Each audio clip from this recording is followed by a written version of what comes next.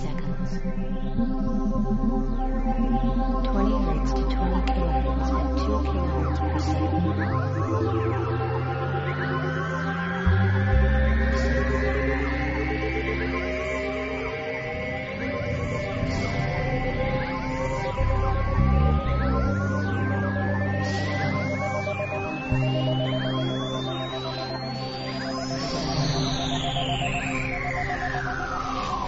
Ezekiel 25:17. The path of the righteous man is beset on all sides by the iniquities of the selfish and the tyranny of evil men. Blessed is he who in the name of charity and goodwill shepherds the weak through the valley of darkness, for he is truly his brother's keeper and the finder of lost children. And I will strike down upon thee with great vengeance and furious anger those who attempt to poison and destroy my brothers. And you will know my name is the Lord when I lay my vengeance upon thee.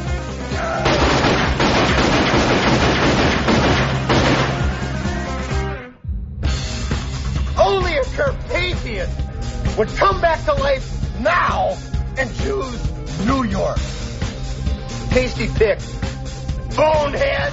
We were every bit the force. We lived, we breathed, we sweat, we paid the price to be the best. Never been about the boys in the office.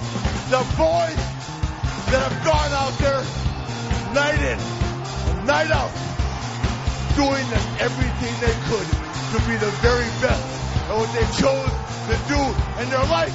Those boys are here tonight.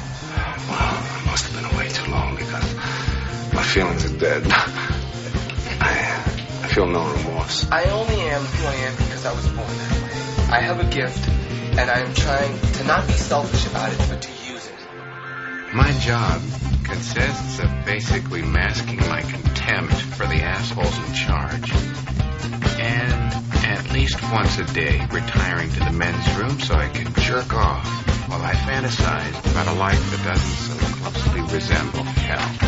It's my house, and if you don't like it, get the fuck out. Grab a dog. I choke him, and I kick the shit out of him. And I all day long, I put up a dog's ass. Just bang, bang, bang up his ass. That's my pleasure. Go back to bed, America. Your government has figured out how it all transpired. Go back to bed, America. Your government is in control again. Here you go, America. You are free to do as we tell you. You are free to do as we tell you. You are free to do as we tell you. Sometimes shit happens. Someone has to deal with it. And who are you going to call? Oh, you guys like to tell jokes and giggle and kid around, huh? Giggling like a bunch of young boys from the school. Well, let me tell a joke. And boom goes the dynamite.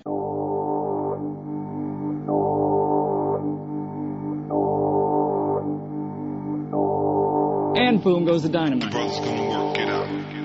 The brother's gonna work it out. The brother's gonna work it out. The brother's gonna work it out. The brother's gonna work it out. The brother's gonna work it out. Grab a dog. The brother's gonna work it out. Grab a dog. The brother's gonna work it out. Grab a dog. The brother's gonna work it out. The brother's gonna work it out. The brother's gonna work it out. The brother's gonna work it out. The brother's gonna work it out. The brother's gonna work it out. The brother's gonna work it out. The brother's gonna work it out. Do it for John. Do it for John. We're on a mission from God. Putting the band back together.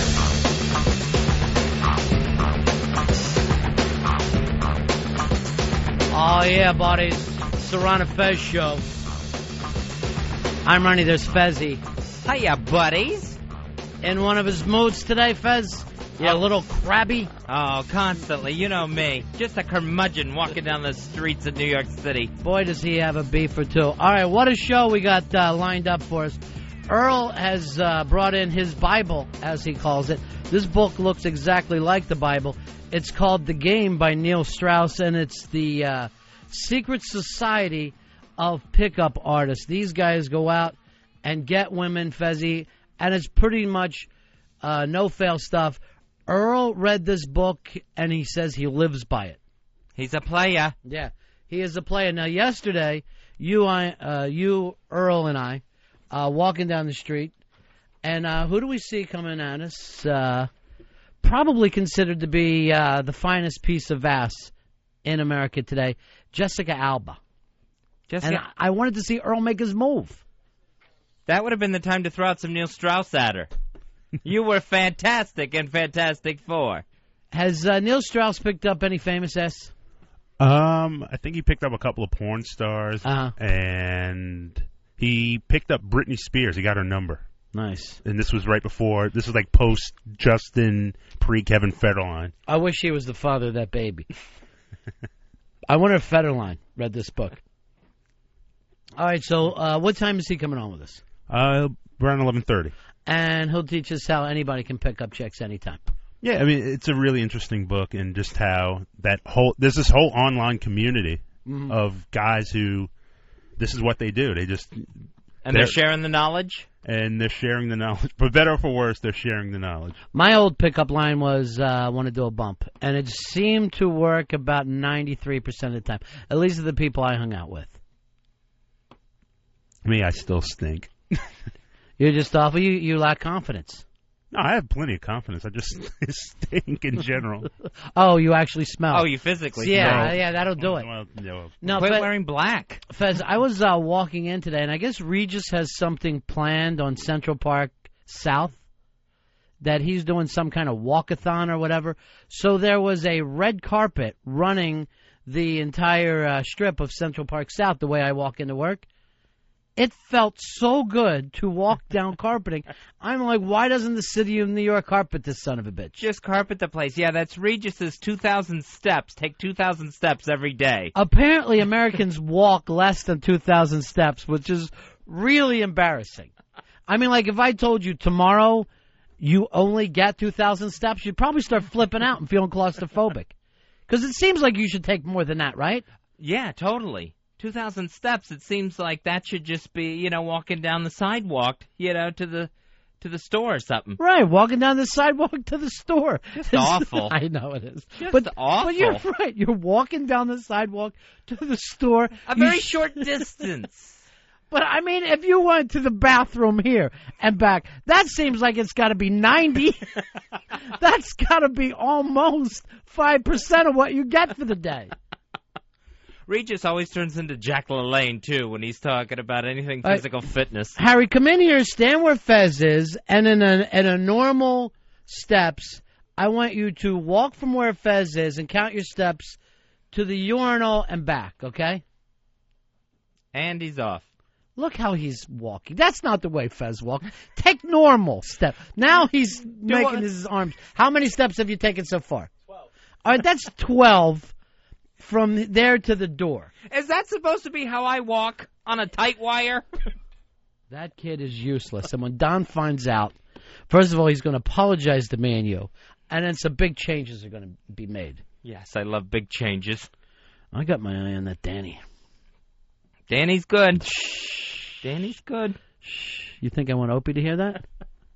I don't mind Bill either. Bill the intern could go places for us. I only say that because I saw him lean over and give me the big look. Yes, Bill. I like Bill. I like everybody but Harry right now. Anyone who's not named Harry's good. I've even turned against Harry Truman. Why? His name's Harry. What about just for the simple reason. What about Bess? Bess, she was really running the White House. All right, now he's coming back walking totally differently, so the pacing is all different. 51 steps to the urinal. And then how many back, you moron? It's also 50. How do you know? The way you walked back was totally different. But it would be the same route. No, because I watched the way you walked back. You were taking normal strides. You walk like you're a member of the Cosby Kids on that cartoon. No, but it would be 51 times 2. Yes, I know that. But I'm trying to tell you, your stride changed. The first way you started, you were going heel toe like you're walking on a fucking balance beam. No, I was spacing them out a little bit for each one. Oh, God, he annoys. He just annoys. Take Wiki's advice, Harry, and go home. Now. Yeah, the only time I don't want you in is during the show. Other than that, I want you here. spend the night if you want to.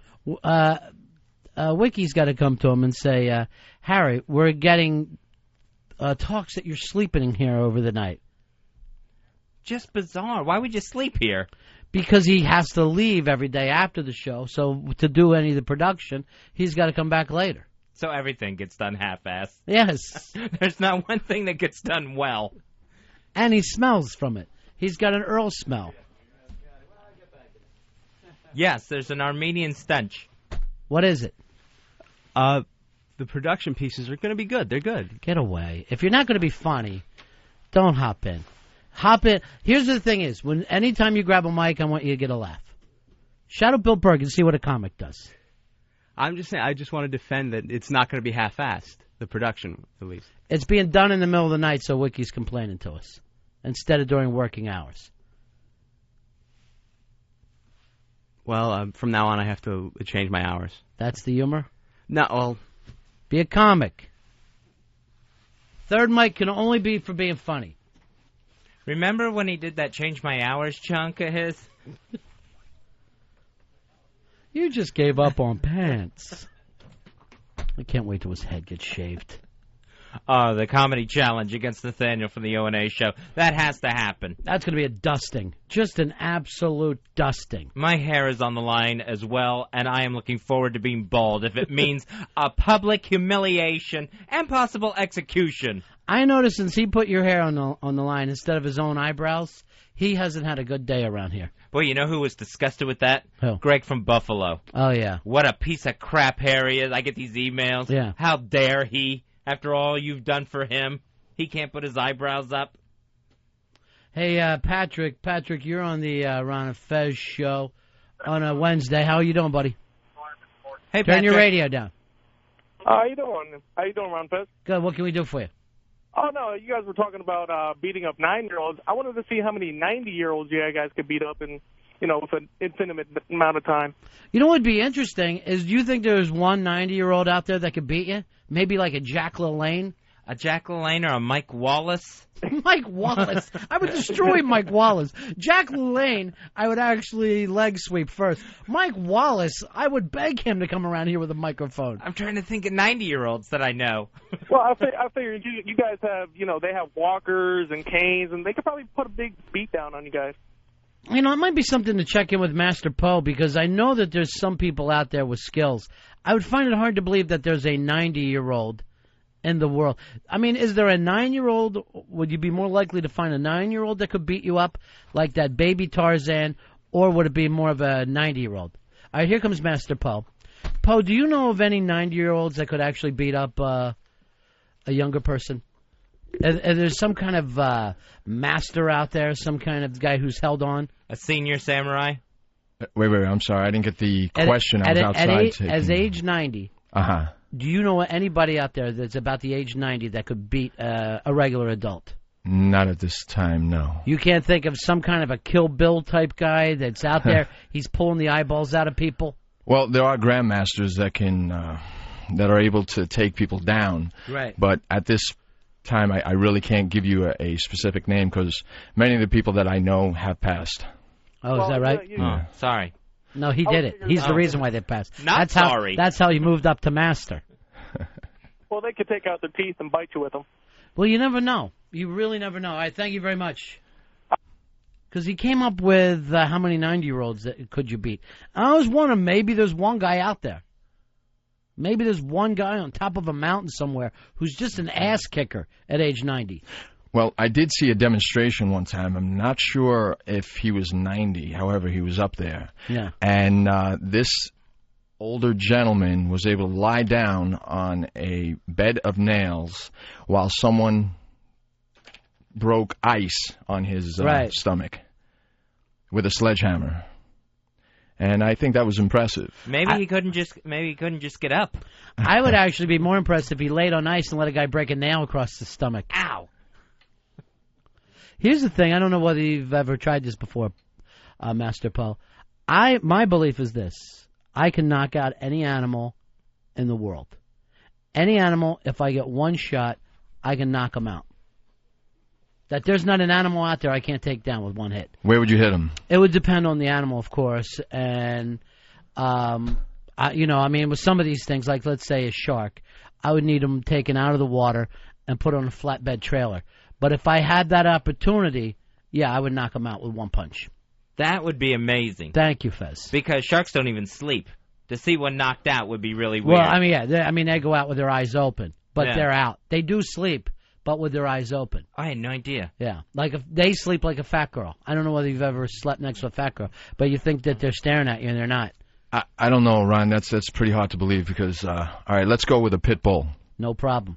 Talk to me. What I would do there is have them put in a harness so that, first of all, I have the mouth taped shut, put into a harness so his little legs can't move, and I would probably just have him hanging there and just bring it down. I would bring it down so it's almost like a hatchet chop right on the back of his head. Wham! All right, you're using outside tools. You're using ropes and chains. Yes, absolutely. All right, I'm talking about a dog that is loose, a pit bull or even a Doberman. No, I never said that. Okay. I said if I have the opportunity to take one of these dogs, put him in a harness, tape his mouth shut, I know for a fact one shot I could knock him down. So it's the perfect shot. Yeah. That animal is there, and you get your best shot. Yeah, every animal has a different soft spot. Now, this came up the other day. I don't know whether you saw this today online.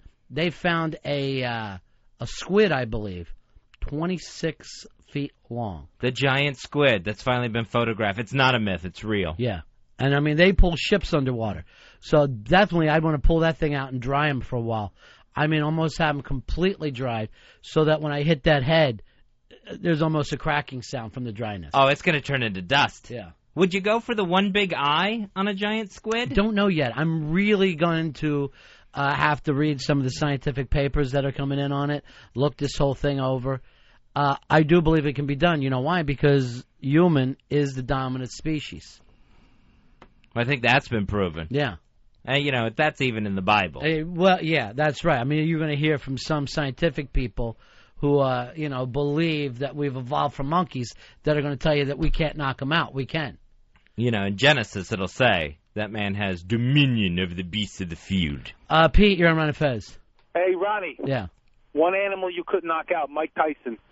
Mike Tyson can be knocked out, and you've seen it happen too, right, Poe? Yes, I've seen it happen. What I would do with Mike Tyson, and it might even be a situation to I waited till he had partied a little bit, was sleeping, maybe even sound asleep. And then he was tied up with duct tape, right? There may be but the possibility of if that happens, can you knock him out? What, tying Michael Tyson? Once he's tied up, and maybe let's say he's been drinking and doing downs. And, he's already rolling around a little bit. You catch him up under the jaw, I think you're going to knock him out. Well, anyone can be knocked out if they're tied up like that. But Michael Tyson's a fantastic fighter, and if he's off that bed, ooh. Yeah, he's not going to be off the bed. Not under because this is all going to be done under scientific circumstances. Right. It's like a vacuum, perfect conditions. Thank you. Duct tape and rope. Terry, you're on Ron and Fez. Ronnie, what's up? Just discussing science and martial arts right now. You're doing a great job. Thanks. No doubt you could take out a tiger or a lion, but my question is, what would you do to knock out a liger? Liger, the fictional liger. Probably my favorite mythical animal. Probably my favorite all-time animal. By the way, if anyone ever quotes that movie to me again, I'll kill them. It's not stop. Michael, you're on Ron and Fez. Yeah, I'm from Tennessee. Yeah, great. I grew up working in a slaughterhouse as a kid. Oh, congratulations. We had a bull brought in one time. They used to chain them to the floor and hit them in the head with an 18-pound sledgehammer to kill them. Right. My grandfather hit this bull between the eyes as hard as he could with an 18-pound sledgehammer. This bull pulled this chain up out of a concrete floor and chased us all around the slaughterhouse. So you're full of shit. You can't do it. Of course you can. You know where your grandfather made the mistake with the bull, right? What? Not hitting him in the nose? Hitting him between yes. You want to go under the nose on a bull and force that nose up into his brain. Oh, that's the sweet spot. Now, my problem with this, if I hit a bull like that, I'm a person, I belong to PETA. I want to knock him out. I don't want to kill him. And I'm going to feel terrible if I hit him too hard. Well, the in between the eyes, that is nothing but thick bone there on a bull. Right. Those eyes are so far apart. But go down lower on a bull, under that snout of his, and it's almost flabby, almost gelatinous, Fez. Interesting how it's a lot of it is all in how you catch them. Ron, you're on Ron and Fez. Hey, I wonder, how would you knock out a blue whale, the largest animal to ever live? The elusive blue whale. What I'd want to be doing then, and I'm first of all, I got to get him up on a boat trailer.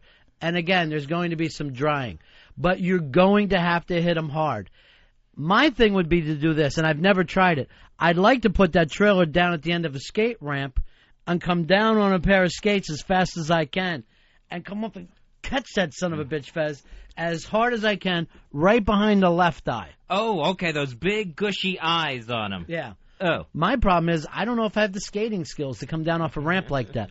But once I got the speed going, yeah, that whale would be knocked out. All right, I wouldn't mind watching it, like on videotape where I could turn the sound down. I just don't want to hear that mournful whale song after it gets hit. Yeah, it'll be quick. And then after that, please get them back into the water. Get them back into the water, because I would feel terrible if I killed that thing. I love the fact that you care about the animals you're I do. working with. Well, I'm an animal person. Actually, I'm going to tell you the truth. I'm more comfortable knocking out animals than I am people. And I don't know why that is. A lot of people aren't. Yeah. A lot of people, I'll go knock out a cat and not even think twice about it. Oh, well. Pinchy, you're on Ron and Fez. Hey, Ron, how's it going? Good. Hey, I remember one time on an old show you said you couldn't knock out a retarded bear. No, I don't think I can knock out any retarded animals. What I'm talking about is an animal with a basic IQ. Just a basic IQ. Yeah, a retarded animal's not even going to know it's been hit. No. And they do have superhuman strength. Superhuman. And a thicker bone structure. What about a gorilla? Difficult, isn't it? Average IQ gorilla? I don't want, and not even, I did do a thing before, I knocked out a baby gorilla. And one of the things I had to do, because you catch him up behind a right ear, I did it twice, didn't knock him out, shaved the head, put a mark there, almost like a bullseye. Kind of a Pulp Fiction X, right? Was able to do it. So I don't want everybody complaining, oh, he was just a baby, or oh, you had to shave his head first. It happened. It's done. It's in the books. Yeah, it goes in the records. Yeah. It goes in the win-losses. And again, I would only do this under supervision of somebody from PETA and a veterinarian there at all times. Well, it's for scientific purposes. You want a zoologist there to record things. Thank you. And you know what? So many scientists act like they're not even slightly interested in this, which is frustrating. Oh, yeah, like at the National Zoo in D.C. You see those guys just constantly talking about trying to get the pandas to reproduce. They never, ever bring up what would it take to knock out a panda. That never comes up in any of their studies.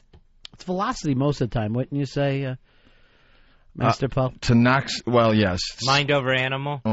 Speed and also mechanics. Right, mechanics. Mechanics are extremely important. You know, because so many people, they're just using their arm. You got to use the hips. Right. You got to step into it. The area that you're striking towards the body, if you're looking at a person, you could strike them on the side of the jaw. That's a point, a knockout point. Right. The back of the head that you said is a perfect knockout point. Thank you. I mean, and again, I'm not saying I could even fight. Most of these things, I'm going to tie down most of them. I mean, there's some I don't need to tie down. A hamster or any of the smaller furry things. You don't have to tie down the hamster? Don't need to tie them down at all. Here is Andy. Andy, you're on Ron and Fez. What about a hippopotamus? Difficult because one of the problems with a hippopotamus is they'll stay underwater for so long, Fez. Oh, yeah, they just breathe down there. They're down there for all day long. And the thing is, once they pop out, they're not waiting to be punched. And I mean, when you're catching them most of the time, it's a sucker punch. With some of these animals, you definitely can't wait for them to kind of brace themselves or get into a stance, or you won't be able to knock them out. A hippo is like that because it's only above water for a few seconds. Right. And that's why I'll go at night when they think they're safe. They will go at night. Fez, when you hear the whistle, I want you to hit the light. Right. His eyes pop open, and boom, there I am. Boom. Man. So timing is everything. I'm not going to be able to do a hippo without my staff just being completely. I would love to do this as a network special. Knocking out a hippo? Yeah. Well, I'm hippo and other animals. Imagine the next morning the story that hippo's telling the other hippos. Yeah. You won't believe what happened to me last night. Jason, you're on Ron and Fez. Hey, Ronnie, how you doing? Great, buddy. Hey, I got a little bit of a two-parter here. One is, how would you knock out an elephant? And for Master Poe, what would be the best martial art for a beginner to start studying? Well, I'll let Mr. Poe go first. The best martial art? Well, I started in jiu-jitsu. So I would have to say it really depends on you. For a beginner, I would tell everyone to start in boxing. Start in boxing. To me, boxing is a form of martial art. So you go boxing, kickboxing, and then you can mix it up with jiu-jitsu and just continue from there. But today, everyone is mixing all the martial arts. That's why it's called mixed martial arts, and they're covering all grounds. So the first thing that you can start out with, if you want jiu-jitsu, if you want kung fu, every style out there is perfect to start with. It really depends on you and what you want. What about a ground game? Once you hit the ground. Well, that would be jiu-jitsu. Judo takes care of the ground fighting. There are various styles, Chinese styles that do ground fighting. Everyone has incorporated ground fighting within their art. And, you know, I don't know if they had it before, but because of the Gracies, they brought it over to the United States, and they brought it into the UFC, and they did a great job doing this. Ground fighting was here in the 60s and the 70s. It was here way before the UFC. Bruce Lee, if you look at any of his movies, he actually performed ground fighting in his movies. Right. And Wally J. I mean, these are great martial artists, and it's been here for a very long time. So ground fighting, absolutely. You have to judo and jiu-jitsu. All right, so start that way. Now, to the second part of your question, I'd want to hang that elephant upside down for a while. I want to hang him upside down as long as I can. Interesting. And one of the things I'm going to warn anybody who ever punches an elephant, watch out for that tusk, because it will tear right through your knuckles, wrists, forearms. Oh, you just clipped that thing. Yeah, that's what I did. That happens? While I was hanging upside down, I had him sawed off. Under PETA's supervision, obviously. And get them out of the way. By the way, you make a little money on them. You can make some cash on those. A lot of animals you can't do that with. Well, it's aphrodisiac. I had no idea. I'm sure it is. Sure it is. I thought it just made good canes. John, you're on Ron and Fez. Hey, Ronnie, Yeah. the blue whale, no problem, but what about the elusive hummingbird? The little hummingbird. Perhaps the smallest of all. What I would do then is, of course, it would have to be captured in a net. Right. And then I'd have it put in some gelatin. So I definitely didn't want... I tried to freeze one. Didn't make it through. But put it in something gelatinous. A gelatin. So it's lined up. And then I had it cut into squares, Fez. Mm-hmm. And it was just... I just had its little beak sticking out. Right. And then I brought a hand down. Brought it down from almost the ceiling. Now, what I like about that is you're willing to put yourself at a disadvantage to help the hummingbird. Mm-hmm. To go through a gelatinous substance. Right. You know, kind of a cushion there. Well, for me, animal safety comes first. Right. When knocking out an animal. Because they don't have the brain that we have. Most of these animals are so fucking stupid, it's embarrassing. That's why they're called deaf and dumb. You know what they say the smartest animal is? Does anybody know this? No. Pig. A pig is smart? They say a pig has the same IQ as a third grader. And probably same bathroom habits. I mean, if you didn't, you weren't there to constantly yell at a third grader, put the seat up, put the seat down. Just as smelly. If they were so intelligent, you'd think they'd find a way to make themselves less delicious. Yeah, so... that would be the first project I'd work on, smart So pig. when you're eating a bacon sandwich, Fez, you're basically eating a third grader sandwich. So that's brain food. Yeah, it really is. Not fish. Yeah. Pork chops. Well, it's funny you said that. The cannibals always thought that they were getting smarter by eating their enemies. They would think, I get his intelligence. Then the pig is definitely my enemy then. Because that's what I eat. You know what? You ever do this? You know what I think what animal has the most OCDs is a bear. Have you ever been to a zoo and watched a bear take the same exact steps over and over in his cage? They will do the same thing back and forth. where they're just fucking loopy from having stir craziness. And you'll watch, if you count the steps on a bear, when he'll scratch himself, he does it over and over and over like on a loop. I had no idea about the OCD bear. I've studied animals, Fez. I have to for, obviously, some of the training I've been involved in. And Master Poe, most of your training is fighting humans, huh? Yes. That's odd. I've never even attempted to fight a human. Do you ever bring in an animal into the dojo? I have 3 dogs, so I, play fight with them, but no, I've never fought. Never knocked them out? No. Well, just knowing that you can will make you feel better.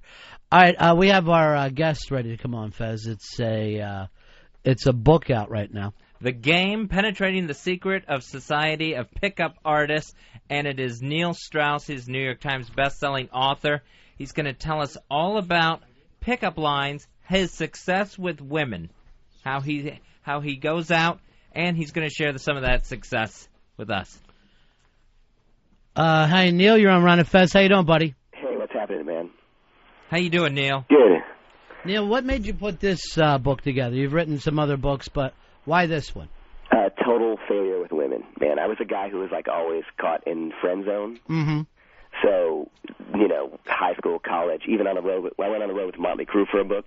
Right. And the only person I kissed was basically Tommy Lee, so I knew I needed help. So even at that point in time, you weren't doing okay with women. I was doing horribly, man. I just figured you had to be rich, famous, and good looking. Right. So what was the first step for you? Where did you catch on? I found, this is insane, but I found this secret society of pickup artists. These guys who live in lairs all over the world, like in L.A., D.C., London, New York, Amsterdam, and they discussed tips and tactics for meeting women. And these were guys without money, fame, or looks, and they knew how to do it. And this is their kind of full-time thing that they're into all the time, right? Just picking up women. No, some have real jobs right. and go to school, but others literally get so obsessed with learning this mm-hmm. they'll drop out of school or quit their jobs. Now, what was the first key for you? When did you see it kick in? Oh man, there was a guy named Mystery who was a 6'5" illusionist, right? And I signed up for a workshop with him, and what he does is he teaches you the game, then he kind of takes you out and you try it yourself. And first he's like, listen, I'm going to prove myself, and we went to a place called the Standard in Los Angeles. And Scott Baio, you guys know Scott Baio, sure. Obviously.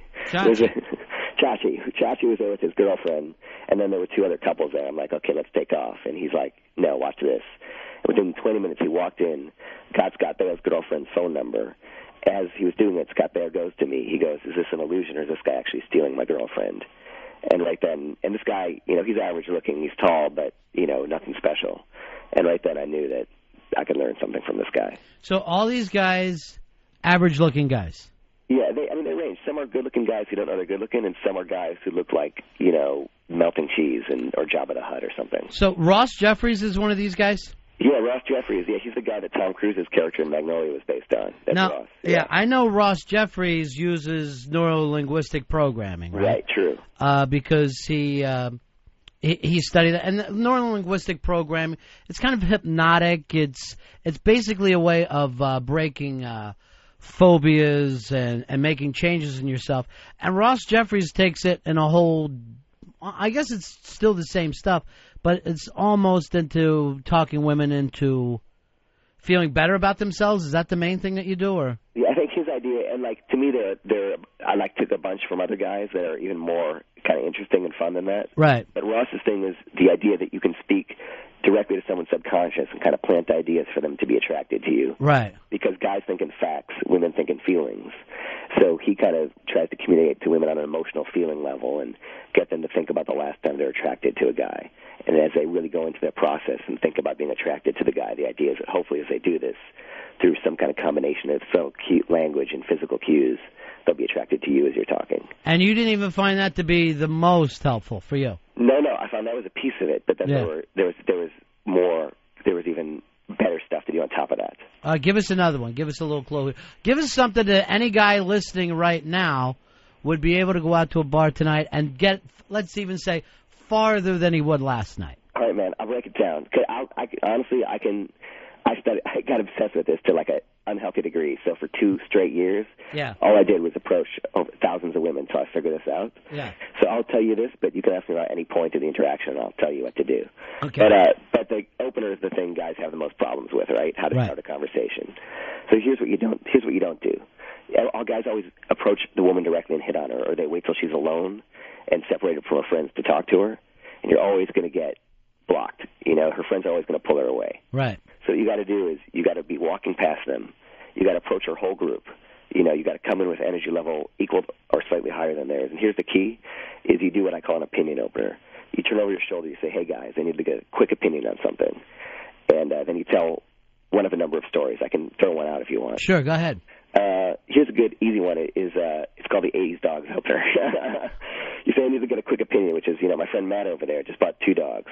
He's obsessed with the 80s. It's a pug and a beagle, and he wants to name them after an 80s pop duo or group, like Duran Duran, but that's the same name, and we're looking for names. And I can only stay for a second because I got to rejoin my friends over there. But really quickly, we need some names. And what you're doing is, it's a fun conversation topic. People are going to like the twins. What? Yeah, that's good. Except you can't. What are their names? Annette? Annalise? Wait a minute, Neil's picking me up. How's it working so far? And the key, by the way, is always say when you start a conversation, the first thing someone thinks is how to get rid of this guy. Right. So say, I can only stay for a second because I got to rejoin my friends. Then they're going to relax and listen to you. And then they go, and then you actually have them trying to figure something out, working as a team. Right. Everybody's having fun. Oh, finally, we're all, and it's kind of pop culture, so you can feel smarter remembering names from the 80s. Right. And as you got them working as a group, does that make them like, even though like some of them may not even be looking for a guy that night, there's a competitive thing that kicks in immediately? And if it doesn't kick in, you kind of make it happen. You're a game show host suddenly. Dude, that's exactly it. Nobody gets it. You start off, you're just a game show host. You're a fun guy, but there's a few more keys that I'll throw in. All right, go ahead. Now we got all the women, and they're all working for us. But all this time we got one on our eye, or we're trolling. Right, you've got one on your eye. Don't troll. You should always know who you're interested in. Okay, good point. It can change later. Okay. But the one you're interested in, if she's someone who's hit on a lot, what you're going to want to do is almost actively demonstrate you're not hitting on her. Okay. You want to. We don't want something that comes to us easy. We want to have to work for it, so you got to make her work for you. So what you do is you kind of push her away with what they call a neg. If she kind of contributes ideas and things, you go, oh my God, that's horrible. Oh my, is she always like that? How do you guys hang out with her? So she's in trouble now. She's in trouble, and her friends will relax because they know you're not hitting on her. Right. Friends will like that. Because she's always the girl that gets hit on first, so... Exactly. And you say with a big smile on your face, you're just being like you're treating her like a bratty little sister. Right. So that's step 2, right? And don't milk it, guys. Don't milk it too long. Just let it happen. Then the next thing you want to do is what I call demonstrating value. In other words, you've opened a conversation, you've teased her a little bit, but now it's like they could meet hundreds of guys that night. Why should she meet you? You got to kind of, if she's not already interested by all this, you got to add something extra. And there's anything you can do. Like, I actually ended up doing some Britney Spears once when I interviewed her. But you can read her body language, read her eye movements, any of that boring stuff that guys hate but women are fascinated by, whether it's astrology or some kind of fun, handwriting analysis, any of that stuff. And even though you think it's incredibly cheesy, everybody likes to hear about themselves. Okay. So you're to act like you can read her body language and you start telling her. Right, exactly. And you got to really believe it, but you can pick up any book on body language and learn it in 10 minutes. Okay. All right, so now we've got her interested, right? Right. Now what? And by the way, even better, if she's someone who, again, if you're going for someone who's always hit on, do this with her friend. Don't do it with her. So now she's watching. Right, so she's watching you do it. And you're ignoring her. And I'll tell you what, I'll give you something advanced that guys never do. You know what sometimes happens when you're ignoring her? She might wander away. And they've got it all figured out. They will literally, if you're wearing a hat or sunglasses or a scarf, any piece of thing, actually put it on her. And now she's stuck there because she's wearing your clothing, something of yours. She can't leave. All right, interesting point. Right, and I'll throw out another subtle one that guys don't get to or anything. And this is the way these guys have it broken down is genius. What you do is, if you're approaching a group and they're leaning against the wall or at the bar and you're standing on the outside, the whole time you just look like you're kind of hovering and uncomfortable. At some point, before you show them maybe the body language exercise, say, hey, move around, and get it so you're leaning against the wall, and they're all around you. Or you're sitting down at the bar, and they're around you. You want to switch your position because, A, you don't look like the stranger anymore, and B, it looks to all the other women in the bar now like they're competing for your attention. Okay. So you've already penetrated the group. Now you're becoming the center of it. Exactly, man, because it's a performance. When you walk in a bar, women are not looking for the best-looking guy. They're looking for the guy with the most status. I like that idea, too, because guys are always saying, oh, it's about money or looks. But we've talked about this before. Women do like men that just broke up with a beautiful woman. Exactly. That's always a big thing for them. And you know why? Because it means you've been pre-selected. Right. Another beautiful woman finds you attractive, thus you must be okay. And that's why you could look like Jabba the Hutt, but if you're in the middle of the bar with beautiful women on your arms and the manager's treating you like a god, everyone's going to want to meet you. That's exactly it. All right, so now how do we break her off from her friends, or am I going too fast? No, it's fine. You're a little too fast for me, but you say, you know what? I've been ignoring your friend. Is it okay if I borrow her for a second? And or is it okay if I talk to her for a second? And her friends are always going to say if it's okay with her, and she'll usually say, I guess, or whatever. Then you take her by the hand, and here's why. And you lead her somewhere else. When you take her by the hand, it's sick how this has been figured out. But listen, this stuff literally changed my life. I was a total loser, and then I can't even explain what happened. But you take her by the hand and you squeeze her hand, right? And see if she squeezes back. If she squeezes back, you know you're in. If she leaves her hand just flat, lying there like a dead fish or something, you know she's not comfortable yet. Then you lead her off. You sit her down somewhere, and now you can sort of go to work. All right, the book is The Game, Neil Strauss, and you've put all these things together. You actually found masters, and I guess you kind of start to incorporate them all until it was your own kind of course that you're teaching now. Yeah, exactly. What it was is I don't even teach. I'm mainly a writer. I did books with Motley Crue and all those people. Right. And so I wrote it not like as a how-to, but I kind of... Just your own experiences. Yeah, and about all these guys and their different methods, because everyone's got a different thing. Everyone's a little bit different. And as well, it turned into this crazy kind of Lord of the Flies situation where I lived in a house with like the 5 best pickup artists in the world and Courtney Love. so it turned into some crazy Fight Club thing. So, yeah, it does. It gives off a real Fight Club vibe when you're going through the book. Let me bring this up to you. Yesterday, we're walking down the street here in Manhattan. We see Jessica Alba coming the other way. Right. You would still take a shot at that? Not when she's walking. No. I would wait. It's hard. It's what they call moving targets, and it's hard. You can stop moving people sometimes. But what I would do is I would hang back, see where she's going in a non-stalkery way, of course. Sure. I'd see where she's going, and then I'd go in. And with her, you'd have to, with someone who's famous, of course, you really got to get in with her people and really ignore her and really neg her. And, the bodyguard might push you out no matter what, but if she's alone or with a couple friends, you can come in like you're not hitting on her, and really win over her people, because her people are going to be really protective because, because they feel like they're special because they're her friends, and they're going to kind of see you as a threat. So you really got to come off like that. But that said, one of the guys I was teaching, this guy known as Papa, before my eyes, he actually got Paris Hilton's phone number in a taco shop. Wow. In L.A. It's pretty funny. And what did he use on Paris? Yeah, he used... held her dog hostage. Yeah, exactly. No, he used what they call the jealous girlfriend opener. It was another opinion opener about a guy who's still friends with his ex from college. Mm-hmm. Then he went into the Cube. And the Cube is awesome. It's a personality test, like the body language things I was telling you. Right. There's actually a book people can get called The Cube. I forget the name. Yeah, of it. I read it before. Mm-hmm. Yeah, and it kind of tells you what you're thinking and subconsciously. Yeah. Have you ever used it? Well, I only used it like at parties. I never thought about it to pick up women. Oh, it's awesome, man. And you know what? Because guys are always asking, what's your name, where are you from, what do you do for work, and it's so boring. So you know what? That's so cool that you just did that. We got to do something called a Cube. I don't know if you know it, but it's really cool. And then, you were saying, what do you do when you isolate that woman from the group? You can do the Cube, and it's great. I'm in an awesome relationship now, but back then, every woman I was with at some point, whether it was in the first 10 minutes or on the first date afterward, I would always do the Cube. Now, the interesting thing here is, like, some people, I would guess, would think that you're more, like, just into picking up chicks, but you are in a relationship now. It's not like you dislike chicks the way some guys do. No, exactly. And it all starts with a pickup or seduction. If you can't fascinate someone or intrigue them, you're never going to get into a relationship or a marriage or anything.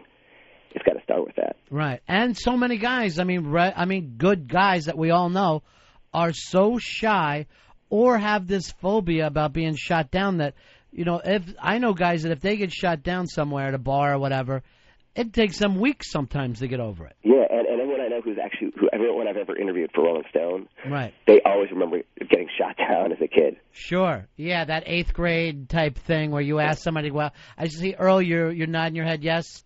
Crushed you as a kid, right? Yeah. Oh, it's devastating. See, you still remember. Yeah, Earl is a big fan of your book. Have you made it work for you yet, Earl? No, not yet. Actually, I've used some of the techniques, and it's really kind of helped me. It's kind of furthered me along a lot more than. What technique for you worked, Earl? Like you said. Chapter 14, ether. Don't use that, Earl. Earl, don't use ether. Like just a better opening line, the conversation starters and things like that. I haven't tried the cube yet, though. Cube rocks, and also the crazy thing is you were talking about Guy's fears. I literally had, and I couldn't put this in because I couldn't use his name, but a rock star, he's a singer, performs for 50,000 people, and he wanted private tutoring because he's petrified to approach a woman. So this is something even guys who are rich and famous have. So Bono is afraid to approach women. You heard it here He first. shouldn't be. He's very well liked. Despite being married with several children, yes. Yeah. All right, interesting stuff, Neil. You working on a new book after this one, or? Yeah, believe it or not, I got 2 more to do before the end of the year, but this is the big one now. The Game: Penetrating the Secret Society of Pickup Artists. Neil Strauss. It's gonna work for you if you need to get out there and meet women. And there's a lot of women in the world. There's a lot of guys in the world, and they don't seem to be meeting each other. Exactly. Yeah. And you got more than enough, Neil. So I'm glad you're off. I'm glad you're off the game for a while. All right, we'll talk to you later, buddy. All right, thanks, guys. See you later. Bye. Earl, were you happy to hear him? Because I know you're obsessed with this book. No, I love him as a writer, and this book is great. I mean, it's one of all of his books. You pick him up, you can't put him down. It's very weird when I saw the Ross Jeffries name in there because I know that he had followed, Richard Bandler's work, which the NLP thing. I guess it's been around since the '80s or whatever. But to ever think that somebody would use that just to score chicks, and I think we got Ross on the show one time, right? Yeah. He's a fucking maniac. Taking it to the dark side. I mean, he could be helping people. Instead, he's just trying to get his nut off. Sith Lord. You know what I mean? Because he seems like he can do the hypnosis faster than most people I've ever heard of. But it does seem like he's just worried about himself. No, is it the character in Magnolia very close to him, to Ross Jeffries, or is this that at most extreme? Ross Jeffries looks nothing like Tom Cruise. But where Tom Cruise's character Magnolia was, you felt like he hated women. Yeah. I got the feeling from Ross Jeffries. He may disagree with me, but I had the feeling that he was almost like he was, going after Buffalo back in the 1880s instead of trying to meet women. I mean, let's face it. If you're going out every night and you're meeting different women and taking them home and you're not getting a relationship and a decade has gone by, there's something wrong in yourself that you haven't met the right person yet. Yeah, there's some deep-seated problems there if that's happening. And it's just constantly, bragging about. But have you ever seen a picture of Ross Jeffries? No. Not attractive guy. Oh. Rocky Dennison. Oh, okay. And I say that with love and whatever. But Big deformed waterhead, okay. But, at most times, does anybody really look like Tom Cruise? Do you have any friends that, like in the movies, a good-looking guy will walk into a bar and the women will flock to him. That doesn't even happen to a good-looking guy in real life. A good-looking guy still has to work. Unlike a good-looking woman who, let's face it, could get laid at a funeral, a guy still has to do work no matter what he looks like. They just don't throw themselves at the guy. You could be a Kennedy, and you're still going to have to do a little work for it. You could have money, looks, power, and you still got to go, no, I didn't get her last night. You're going to strike out. Where Pam Anderson, I don't think, can strike out. It's impossible. Went home by myself last night. No, you didn't, Pam. Yeah, that's a lie, Pam.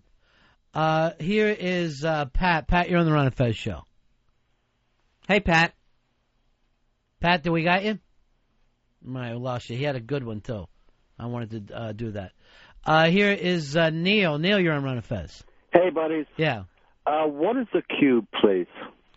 And I think you can pick up this book. It's basically, have you ever done it, Fez? Because I know I've done it at a couple parties I've had. I don't remember the cube. The cube, and then there's like a horse, and you're doing all this stuff, and you're writing down if I'm telling you what these things are.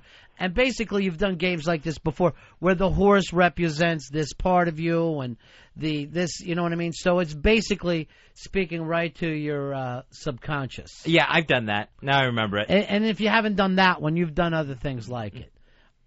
Tunes, you're on the Ron and Fez show. Hey, boys. Yeah. I'll tell you, I don't buy it. I think this guy, after 18 years of marriage, I think this guy beats off more than I do. He sounds like a total loser. But it seems like you're like a little frustrated saying that. I mean, 18 years of marriage, do you ever think to yourself, I wonder what the strange is like? Every day I'm on the road, my friends. Yeah.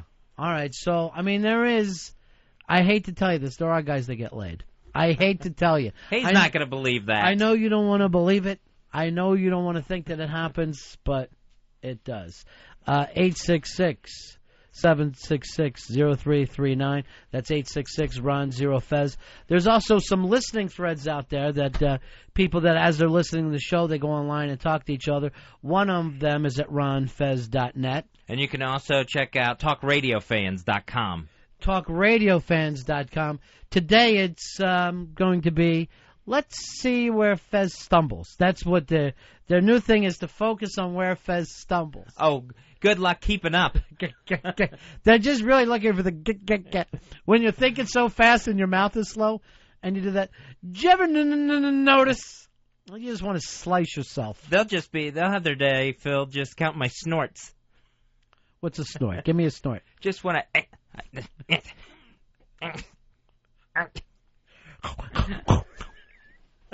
right into a live mic.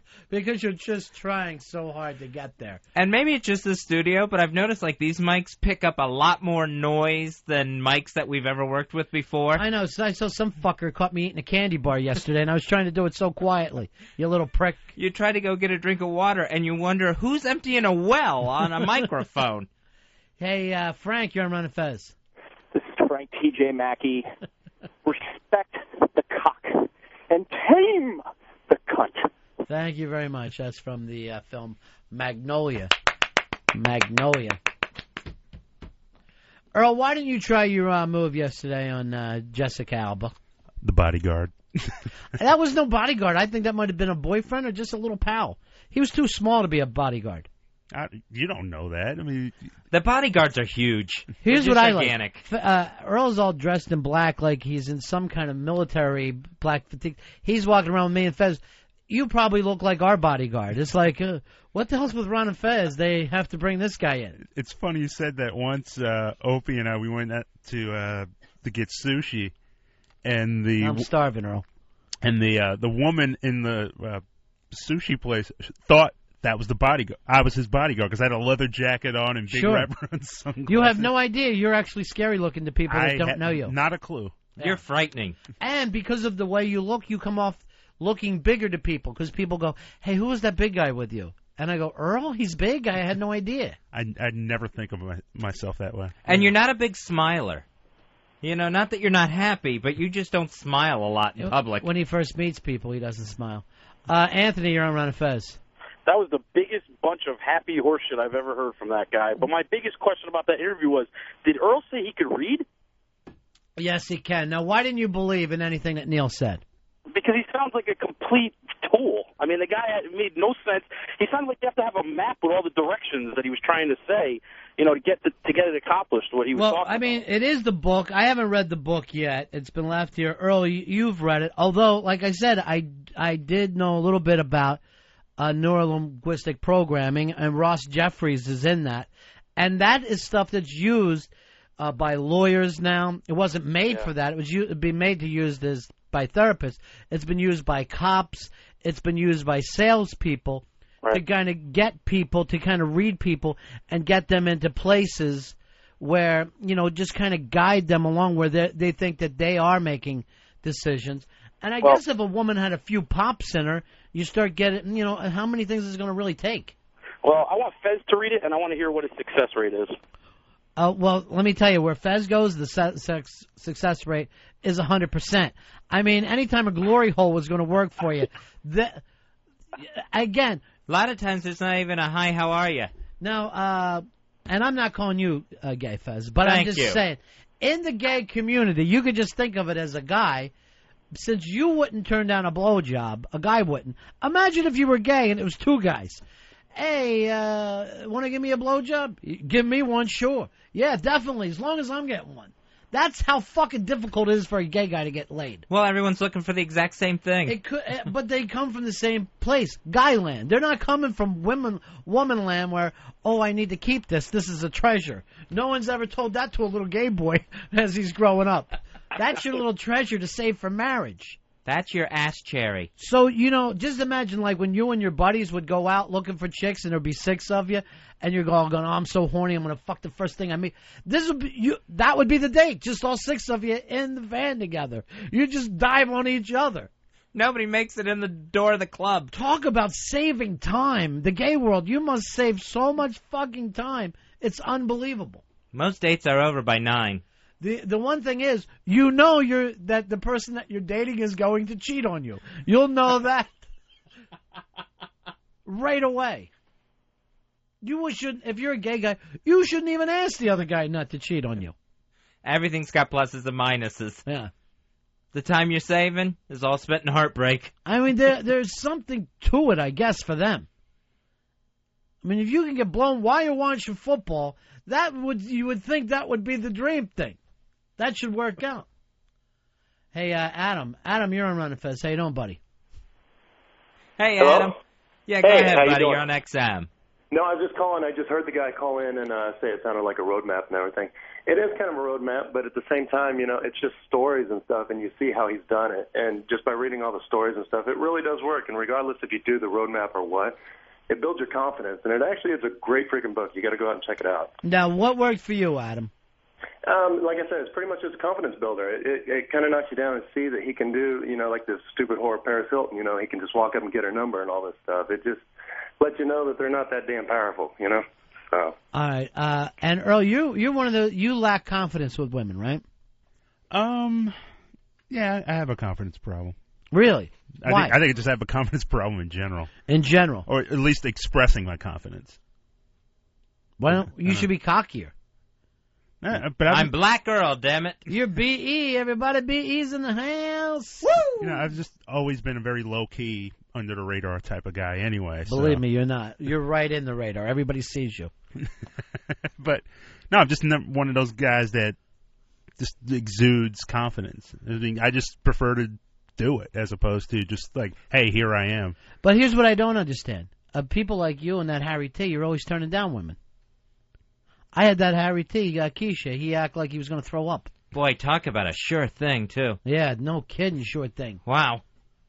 That's basically the guy, the straight guy's version of being gay is dating Keisha. Because she's got all the kind of fun things of a guy. He's trying to pick the 5 lottery numbers when it only goes 1 through 5. 1, 2, 3, 4, 5. And box it, would you please? Winner. Where is that Harry T? What is he now? Still fucking practicing walking to the urinal and back? That was humiliating. Harry, come here. Come in here. I'm ready for his big joke. I'm ready to hear one of the funniest people in New York. I always get to play Guess the Mic with Harry. Because of the way the studio's set up, you can't have all the mics on at once. It starts to distort.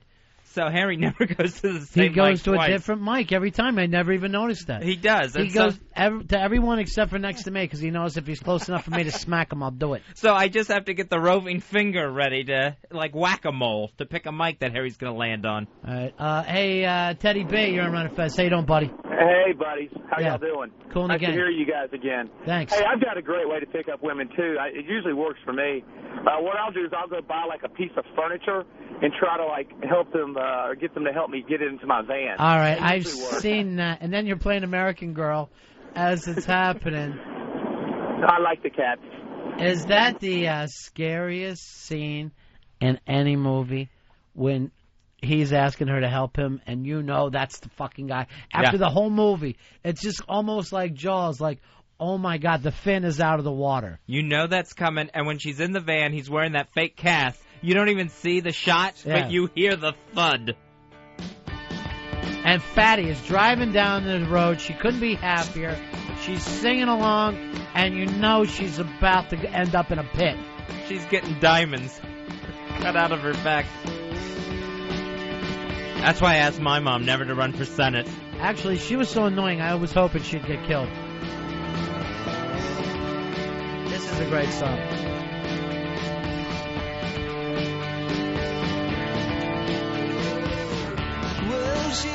Is she a great big fat person? Here comes Harry T into the room. I want you to act like you're using one mic and then a quick run to the other one, Harry. Okay. I was kidding. All right. Why'd you turn down Keisha? I just felt a little nervous about dating Keisha. Maybe it would be too much The for me. black thing? No, I've never. I mean, I would like to date a black girl. I've never had that chance yet. Well, why not her? What a crazy thing to say out loud. I just felt a little nervous. I don't know if I could. I think she's very a little too enthusiastic. And I don't know if I could handle that.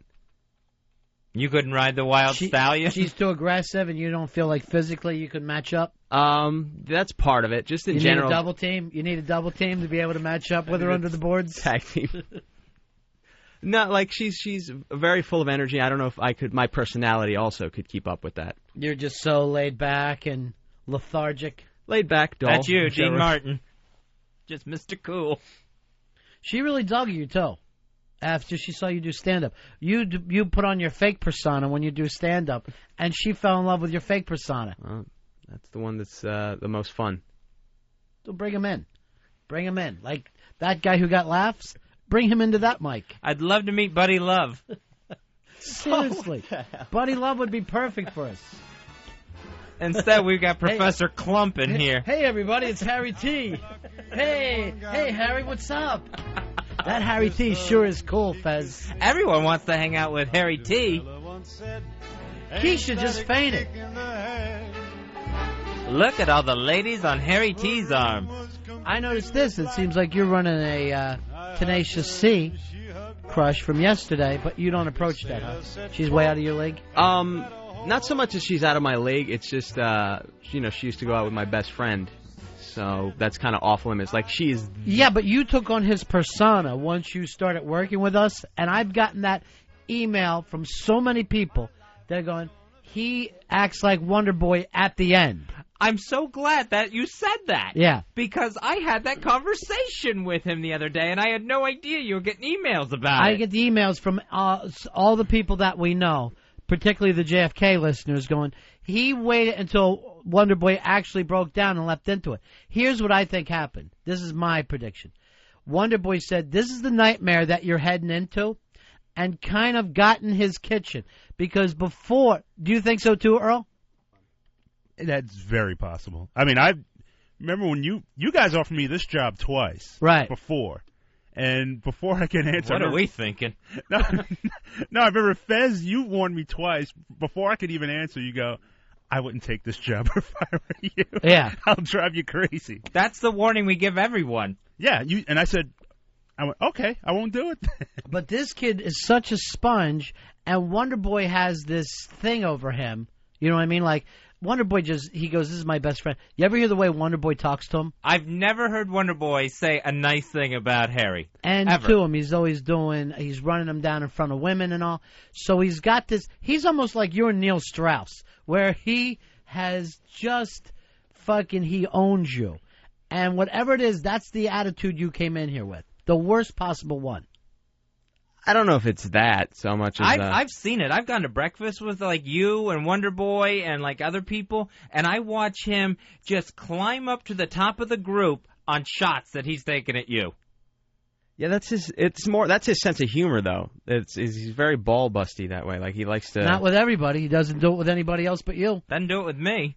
Well, no, not with you guys. He can't. He wouldn't dare do it with you guys. It's more everyone else. He's totally much like me. He's very different away from the studio. So he takes on his persona is more that. He's very quick trying to bust people's balls. Where's the humor here? Why, when you're sitting in the Bill Burr thing, is this what you've come up with so far? Here's your girlfriend, Keisha. Hey, Keisha, how you doing, honey? I'm good. How are you? Hey, Keisha. Hi. So annoying. That's how we greet each other. No, it isn't. I just want to say this is the first time I've ever been referred to as too enthusiastic. I know. I've spent you weren't when you worked for us. I spent like half my life on Xanax and the other half on pot. Like, I don't know where all this... That you just frightened him. You just frightened this Arab milk toast. Oh, sorry. I guess... I don't know. And I mean, to be turned down by Harry, I mean, no offense, Harry, but I don't know. I feel like I was the best thing you might have ever had. I agree. I think, I saw the first girl he was ever with, and that was only, last year? No, that was more than a year ago. That was almost a year and a half. How is Miss Arbuckle? So, Jesus Christ. You didn't exactly come in at the top of the pops there. And God bless her. She, went out and nailed you, so I got no problems with her. Yeah, she was doing charity work, I think. But, I mean, no, I wouldn't even say this was a 3 o'clock in the morning woman. I'd say 5:45, right before the sun came up. So why turn down Keisha? I don't know. I just got very nervous. Like I don't think I could handle Keisha, it. I'd mess you it up. saw his fake stand-up. How confident he is, right? Yeah. And he's 100% different guy.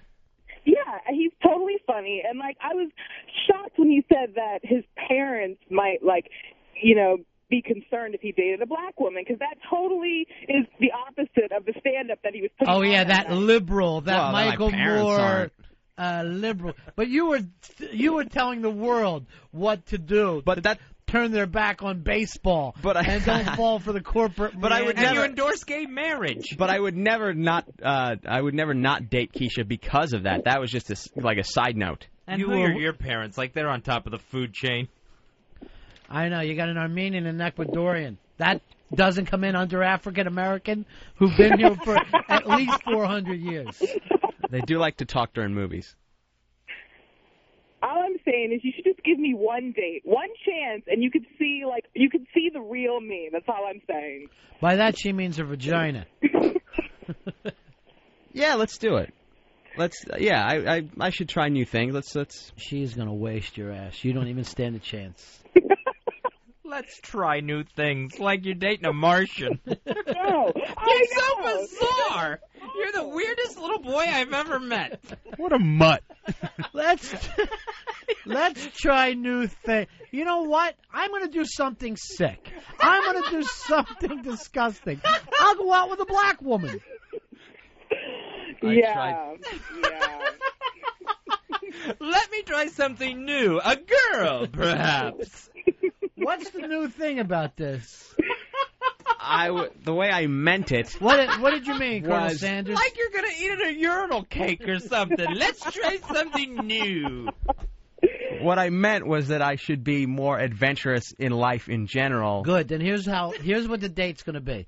I'm going to move a twin bed in here, throw a mattress on the floor, and then you two are going to be in the corner doing the show. That's going to be the whole deal. That's going to be quite uncomfortable. I think you can get wood.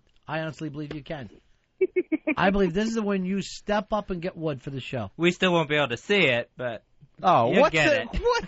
Based on what? What do you base that on? Whip it out, big man. Whip it out, then, big man. If that's the pride, if this is the pride of Little Armenia. I'm sorry. I thought I saw it go into a vat of rice pudding one time. Oh yeah, he did see it. He saw that mushroom cat. It wasn't at its hardest. I couldn't. I'll be honest with you. It didn't get me. Hardest. Dipping it into 3-week-old expired rice pudding. Is that what you're calling Keisha? No. Nice. All right, I want you to go to a party with her in Harlem. I'm going to start. All right, I'll go uptown. And And I'm going to put that Bruce Willis sign on your chest. I'm not wearing the Die Hard 3. Yeah. Die Hard 3 up the son of a bitch. Okay, well, I expect to call sometime in the next week with an entire date planned for us. Wow. I wouldn't give him that much time. You are so far in over your head, and you can't fucking swim. You don't know what you're doing, bro. You got to do this, Harry. And I'm calling your mom. All right, call my mom. Let my mom know. Yeah. It'll bring me some joy that she's annoyed by it. Oh my God. He acts like he's better than black people. I'm not. I never said I'm not better than anyone, damn it. Not better than anyone. That's the confidence I was looking for. Finally, some truth. Why am I even begging for this man? I don't even know. I don't know what you're doing. Hey, just hang on. I'm going to call you. Let's not. I'm already ahead. Let Wait me till just you call see you. how my mom just starts puking the minute she sees you. His jungle fever actually puts him in bed with a head cold. All right, guys. All right, talk to you later, Kay. Bye. Bye-bye. Wow, that was embarrassing, man. That was so rough. My mom will slit her wrist when she hears about you. You act like you're dating out of your species. I didn't say I was dating You act like you're dating out of your species. It's not at all a racial thing. It's a personality thing that I'm scared of. It's not. What was the something new? That was like I said. I have to be more adventurous in in taking more chances and dating someone with that personality. A female. No. That would be the adventurous thing for you. Let me ask you this. Your buddy Wonder Boy. Yeah. Have you ever jacked thinking about him? No. Why would I do that? Because he's worried about that before. He told us before. That's true. I've never done that. Why would I ever do that? Do you think you got a shot at Tenacious C if you didn't have this loyalty to him? I don't know. It's a weird thing. She's always been very nice to me and always been very, but that doesn't necessarily mean she's at all attracted to me. So I don't know. I really don't know. But it doesn't matter. But if he was out of the comedy? occasion... Let me check. Is this the comedy?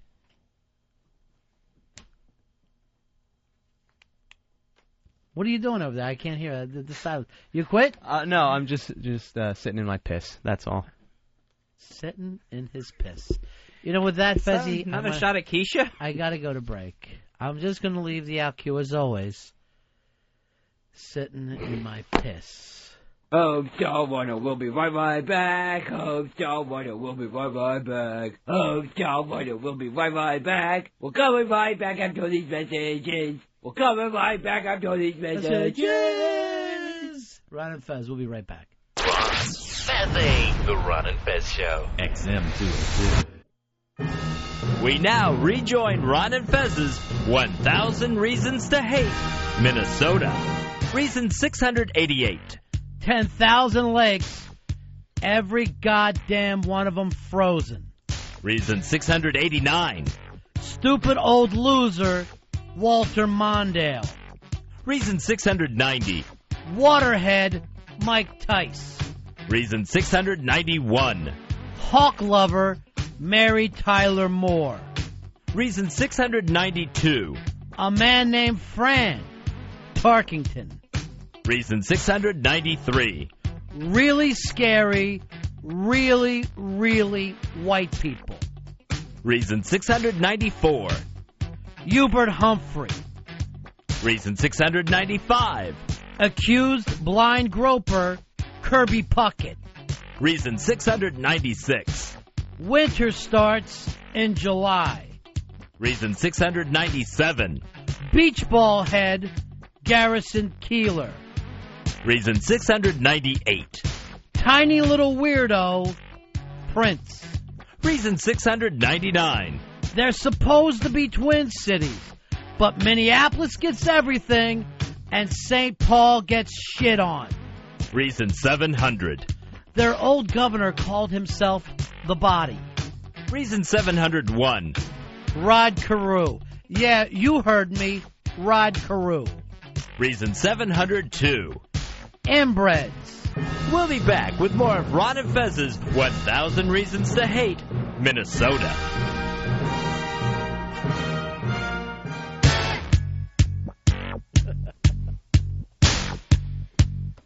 grab a dog, and I poke him, and I kick the shit out of him.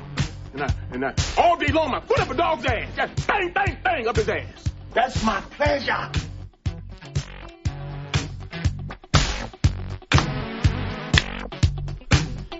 It's the Ron and Fez show. My man, there's Fezzy. Hiya, buddies. Ron Fez Ron and Fez at AOL.com. Ron and Fez at AOL.com if you ever need to get a hold of us. Also, check out the website, ronfez.net, ronfez.net. And talkradiofans.com. Hanging out with you today. Fez, I don't know whether you remember this story of the woman that was taken hostage in, I believe, Georgia. Apparently somebody had, a murderer was on the run. I think he was a cop killer. Oh, what happened was he was in the courtroom, and he killed the judge, and I think like a bailiff Right. and another policeman. So then he goes on the run, and he takes this woman hostage. And she comes out the next day and says that he wants to give himself in or whatever, that he had captured her, and that she had pulled a book out called The Purposeful Life. And it basically telling you how to live your life as a Christian. The two of them, I guess, hit it off, got into this deep thing, and she was able to turn him around. An amazing, amazing story. Well, there's a little extra. She says today, I guess she's writing her own book, that in not only were they reading this book, The Purposeful Life, and talking together, but she also went in and got him some crystal meth.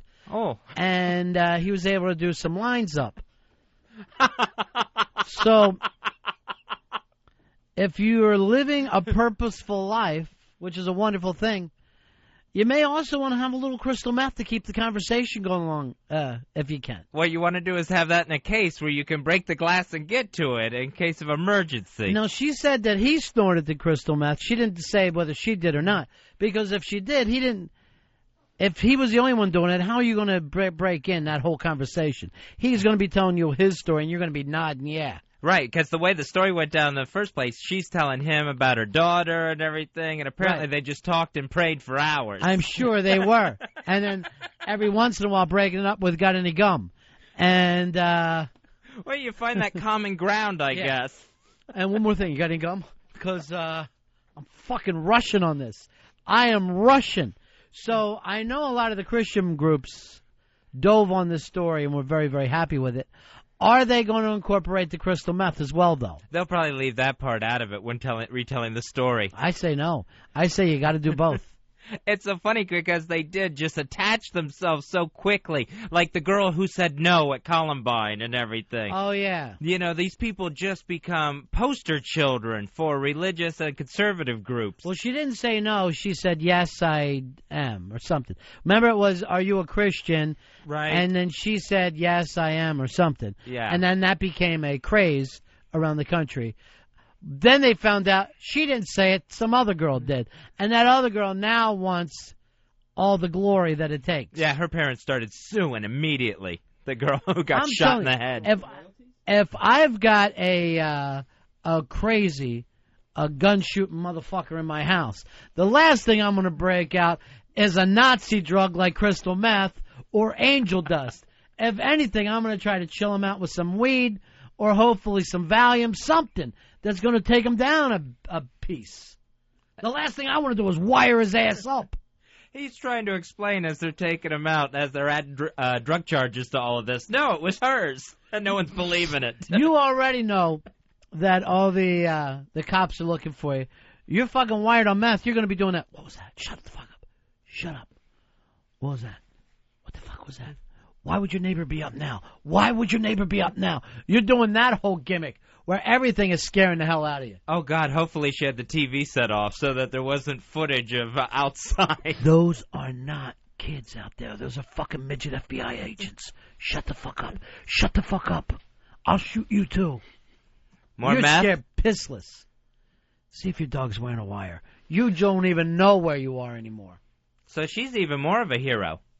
I like the fact she had meth at her house. I mean, it's one thing she would be like, hey, if you got crystal meth, do it. But she's saying, look, I got some crystal meth right now. Might have melted a little bit, but I've been keeping it in the freezer. She's got it next to the Purposeful Life book. The what? The Purposeful Life book. There's one for TalkRadioFans.com. I thought you were going to have a Tigger. It actually sounded like Tigger had hopped in. It's a wonderful thing. Earl, I said Tigger. Stop making faces at me. Oh, he gets so upset.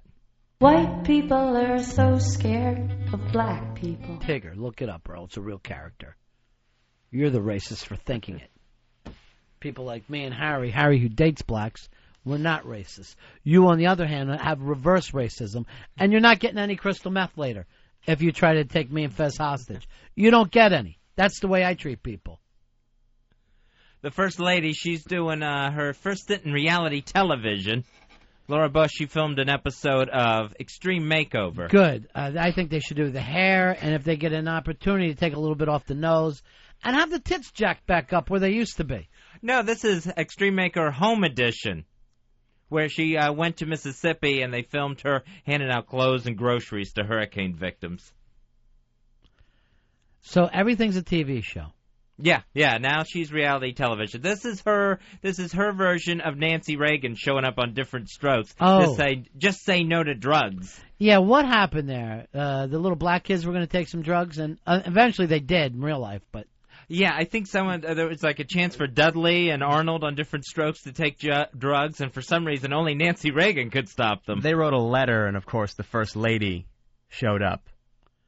Yeah, I remember she was so wooden for being a former actress. Let me tell you something.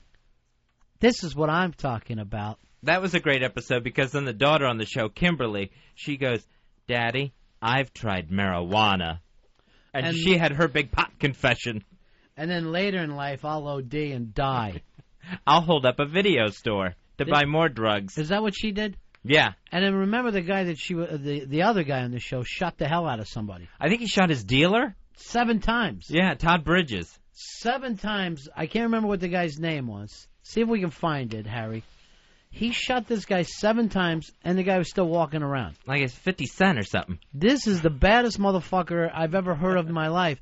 7 bullets, so you're reloading. Your ass is going back and reloading, and you still aren't dropping them. Yeah, he must still be coming at you if you feel the need to stop and reload. He must have a fucking a hockey mask on, walking around like that. You can shoot him 7 times and he ain't stopping. At one point, Todd Bridges just did the Superman thing and threw the gun at him when he was out of bullets. I'd be apologizing, is what I'd be doing. After the 5th shot and he's still walking, I'd just start crying. Brother, I'm sorry. I don't know what I was doing. It's amazing he's out and loose. Who's that? Todd Bridges. Well, he did sometime. I mean, the thing is, if you're going to be a drug addict and you're going to shoot somebody, shoot another drug addict. As long as you're not shooting a regular person, they're happy with you. Less likely of a long sentence. Earl, what are you eating? Because I'm starving over here, and I see you enjoying something. What do you got, bro? Can't hear you. We can't hear you. I don't know what happens to that mic every once in a while. We can't hear you, Earl. Oh, I'm sorry. Yeah, you turn gotta it make on. noises. You got to use your sandwich finger to turn that on. No, I had like a little Debbie snack cake because I just had the sugar rush. I don't get sugar rushes. I'm not starving over here. I'm sorry. I'll bring enough for everybody next time. Harry, have you thought about lunch yet? Because I know you're working on a new place for tomorrow, right? Well, yesterday. Yeah, I still like the meatball subs thing, but I'm trying to find a new place. We did that the other day. We can't eat meatball subs every day. What the hell is this? I'm trying to find a good deli that makes good sandwiches, but the one we relied on wasn't that good. Yes, Look it up under G for good. I no longer want to hear the I'm trying. By this point, you should have found one. I should put that bill on it. He's the face of the future. Rich, you're on Ron and Fez. Hey, Ron. Hey, Fez. Hey, buddy. Yeah, I was going to let you guys know I got shot 3 times, and that took me down. There's no 7 bullets, and you're still walking around. Who shot you? What was the circumstances? It was actually a friend. Went a little bit crazy, kind of off his medication, and decided he wanted to take his life and take me down too. Obviously, I'm still here. Where did he shoot you at? Like location or on my body? Yeah, a location. Your body. I got one straight through the leg, and then one into my arm and one into the back. And he killed himself afterwards? Yep. So at least it ends on a good story. Yeah. Not quite, but See, that's the whole trick of the murder-suicide pact. The word pact. Everyone should be in on it. I'm going to tell you right now, when some of these gay relationships break up, it is traumatic.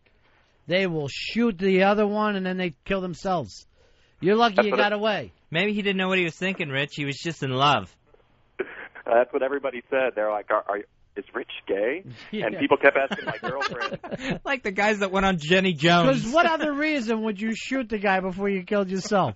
You only do that with a girlfriend. Yeah, I know. People kept asking my girlfriend, is your boyfriend gay? I'll see you in eternity. All right, bro. Congratulations. Thanks. Congratulations. You got shot 3 times. Have you come up with that guy's name yet, Harry? Meatball Sub. Is that it? Is that Kenneth his name? Clay. That can't be it. That's the dealer's name. He's got to have a street name. Kenneth Clay. It's got to be Kenneth something Clay. I'm looking into it, but that's his official name. It sounds like a white guy from Iowa. Hello, I'm Kenneth Clay. I have your drugs. I'm Kenneth Clay from Clay Enterprises. Todd Bridges, what are you doing? Put down that gun. Hey, Fitz, you're on Ron and Fez. Hey, what's happening, buddies? What do you say there, buddy boy? 2120. Way to go to old school and everybody. Hoo-ah! Hey, well, you guys are talking about different strokes. Do you remember when the guy from WKRP was a child molester and got Dudley? Oh, yeah, that was a good one. Yeah. Oh, yeah, the late Gordon Jump. He got Dudley. Arnold wouldn't go, but Dudley wanted those video games. You know the weird thing? That's like a Neil Strauss episode. The weird thing is, I read something about that. That was an improvised scene. That was not even supposed to do anything like that. He wasn't even supposed to be a child molester. And he just felt like the urge hit him. He'd go with it. He didn't know the Dudleys don't fly. Yeah. I went for 2 days over that. Well, also on that show, they had Kareem Abdul-Jabbar. He played a substitute teacher. Who was a child molester? Well, Arnold falsely accused Kareem of hitting him. And, Kareem was going to, lose his job and go to jail and everything because Arnold lied about a teacher hitting him. First of all, why wouldn't the episode be, that's the tallest teacher in history? Why would you have to add anything other than just a gigantic teacher? If you're casting that role and you want the focus to be on people lying or teachers hitting kids, why throw in a giant to throw the focus off everything? I guarantee you, I'd believe the little brother if he said some 7'8" freak started smacking him. I'd take him down. I'd let the other brother go and start shooting into the place. Why do these sitcoms have to do the gimmick? It's supposed to be a funny show, and like Home Improvement would act like, the mother has cancer. That's not a comedy. And they just drop the idea of comedy and go into this weird, very special, awkward episode of. It's very odd, yeah. In Home Improvement, Jill has to have a hysterectomy. Will she live through it? And it's like, what the hell? If you're a comedy writer, how would you have the nerve to go into the pitch with this? Where if you're the producer, you're going like this.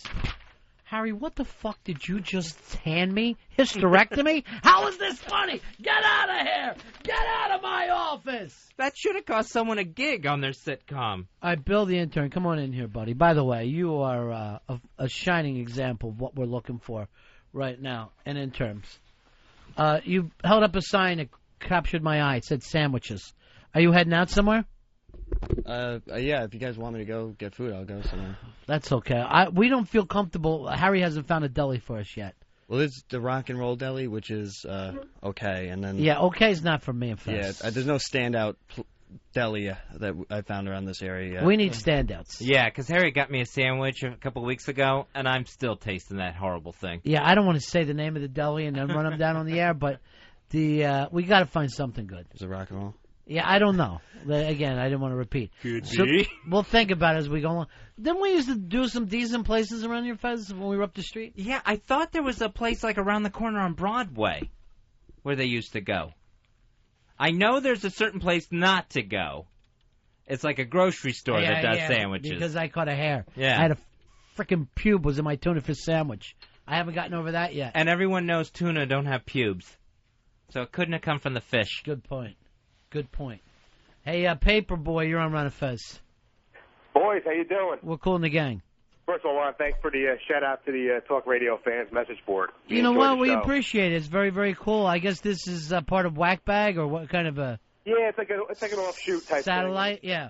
and a lot of the same guys on there. And it's very cool. We just enjoy listening to the show, and it's really cool that you guys are back. So. All right, now the pressure is on you, Paperboy, to come through for us, though, because now you're going to know what it's like to have a listening thread paying attention to what you're saying. No problem, guys. We'll do our best here. So. What do you got for us, Paperboy? Do you remember the old show Punky Brewster? They had a special episode where Punky Gets Tits. Punky Gets Tits was my favorite. The kids were playing out in a dilapidated old shed somewhere, and they found a refrigerator, and one of Punky's friends got locked inside the refrigerator, and they couldn't get her out, and the fire department came, and the old guy, I think he had a stroke or something, so it was crazy. It was her friend Cherry, they were playing like hide and go seek, and she went and hit herself in an abandoned refrigerator. Idiot. Kids die from that all the time. So what happened? Did she die or did she get out okay? They got her out, but she was, like, unconscious, and they had to rush her to the hospital. She's going to be okay, but from now on, we need to tell adults if we see an appliance with a door on it. You know, yeah, it's a law. You got to take that off. If not, you can end up in big trouble. They also had a very special Punky where she got traumatized from the Space Shuttle Challenger exploding. Ah. And I think it was one of those things where they brought in Dr. Joyce Brothers on the episode. Yes, it's okay for children to be scared sometimes. How does famous doctors show up? All right, thanks, Paperboy. You came through. She was always showing up to talk someone through their trauma on a sitcom. You know, you just reminded me of one. There was a WKRP in Cincinnati where they tied in their radio station with the actual thing when the Hoop had a concert and a bunch of kids got killed. Oh, yeah, the Stampede. And Venus was just had a candle out there for my brothers and sisters knowing what we're going through today. Where he acted like it was 9/11, where it was just a concert that some kids, I guess they had rushed the stage or some crazy shit. It was that festival seating, right? Which is every show. They kept pushing it on there like it was just it's festival seating, which is 95% of every show you're ever going to go to. Any place that has a pit, and they're not killing each other. And then Mr. Carlton, the GM, he had to go out and throw up because he had such a good time at the Who concert, didn't even know people had been killed there. And he was ashamed for enjoying the show. Well, you know, if you're ashamed of anything, why did they keep on going after the guys died? They didn't die at the end of the night. They died at the beginning of the night, and then they went and did a show. Chris, you're on Ron and Fez. Buddy. Hey, buddy. Old school, 8872. Oh, way to go old school for us. How did Different Strokes pull off the hat trick? They got Kareem, Nancy Reagan, then remember, hey, Gooch, it's the champ. When Arnold was getting bullied by the Gooch. And then Muhammad Ali showed up. Muhammad Ali was in Arnold's room. That's because for a while, Arnold was the only black person on television. So black people wanted to do that show. Yeah, they got a lot of very special guest stars. No. Only when Tragedy would show up, though. Hey, Paul, you're on Ron and Fez. What's up, buddies? Hey, buddy. Fresh Prince of Bel-Air, out of nowhere, toward the later end of their run, pulled out a couple of special episodes. I remember the one where Will got shot and he almost died. Oh, right, yeah. And then there was the one where Will got, like, uppers because he needed to stay up for finals or whatever, and then Carlton ended up taking them by mistake and, like, almost died at the prom because he was dancing too much. You know, that's the thing about these shows, that they will go out of their way, they'll get a drug problem too fast. Then they get rid of the drug problem too fast, and it never comes up again. So they, in the matter of a half an hour, they get a drug problem, get rid of a drug problem, and then that drug problem has never been mentioned again. There's no meetings they need to go to. It doesn't even come up. Yeah, Alex P. Keaton did the same thing, taking uppers to do all his schoolwork on Family Ties. You know it's been a bad sitcom episode where at the end of it, they give out a number that you can call if you're suffering from any of this shit. The whole cast will just sit together, like Right. on the set of the couches, and hope you enjoyed tonight's episode. Now, kids, you understand you do have to eat, and don't throw up right after. And all those other kids will just stare at you real seriously without saying any lines. All right, Fox News, grand jury indicted Tom DeLay. Tom DeLay is going down. Ouch. Unbelievable. Look at him. Look at that pompous little prick. What a crazy little Bob Hope walk he has. I know he does. For being this vicious guy, he looks like he's never been in a real fight. He's bottom heavy. Look at him. He's all assy. And he looks like he's walking in ballet slippers. Sure. Keith, you're on Ron and Fez. Hi, guys. Yeah. I don't know if you remember the episode of WKRP where they were getting, somebody in the radio station was getting some payola for cocaine. Right. And Mr. Carlson thought it was foot powder. Yeah, and he had a monkey on his foot. And I got a monkey on my foot. I like the way it seemed like only one bad morning guy at the station would take cocaine from the record companies. No, the program director never got anything free. None of the other jocks ever got anything free. What a lie. It was the rule, not the exception. I remember we used to play Friday's 8-ball special. Throw the thing on there and see what everybody thought of it. Doug, you're on the Ron and Fez show. How you doing, buddy? What's up, fellas? Hey. I remember you guys were just talking about the Family Ties episode where Keaton was on Uppers. Right. Remember the episode with Tom Hanks? I think he did a couple, like, in between his bosom buddies Yeah. phase where he was, like, the alcoholic brother. And they showed him, like, one night sneaking into cabinets looking for vanilla extract and cough syrup and everything. He hit Alex. Yeah. I was wondering how many of these things, like, gave people ideas. Because I remember watching it and thinking, I wonder if that really works. You can drink vanilla extract? All right. We have that. Yeah, that's all they really do. You know, when you were younger, they would bring up drugs to you. It was the only thing that got you curious. That show, they went through so many very specials. The dad had a heart attack, so he almost died. Then Alex's best friend got killed. Alex was supposed to go help him move and didn't, and the guy ended up getting killed somehow. Yeah. And this was a character we had never seen on any season of Family Ties whatsoever. Alex just all of a sudden had this very best friend, and Alex was going through the trauma of losing him. Skippy got passed over immediately in the best friend role. Why not just kill Skippy off? That would have been the way to go with it. There you go. People would have cheered. Just insane with some of these things. Remember when Tootie, there was a Tootie episode where she was too much of a fan? She got too obsessed about some band, and she was acting like a crazy person. Oh, yeah, and she's like, I have to go. Right. I have to see them. Okay, Tootie, then we'll take you. The way it was to just completely give in to him. And just scream it, you don't understand. And now Harry's going to be dating her. Anthony, you're on Ron and Fez. I don't know if you guys remember Saved by the Bell. Jesse got addicted to caffeine pills to stay up studying. Yeah, another Speed episode. Yeah, they love throwing the speed out there. And it's only for the best reasons, Ronnie. They only take the speed so they can get all their papers done, all their homework. From now on, the only speeding I'll be doing is in my car. If you think you have a speed problem. Right. If you find yourself on the uppers, the Christmas trees, call 1-800-SAVE-BELL. The white crosses. By the way, get a library card. Could be fun. Hey, Anthony, you're on the Ron and Fez show. Buddy. Hey, buddy. 2558, baby. Yeah, there was an episode of the Hogan Family where Jason Bateman's best friend, he got AIDS and he died in the same episode. Like at the beginning of the episode, they found that he had it, and I guess they did the whole episode was just him having it and then dying of it. They should have been forced to have it go on for 2 years. That show was a laugh riot. The mother got killed in a car accident. Then the house burned down. The friend dies of AIDS.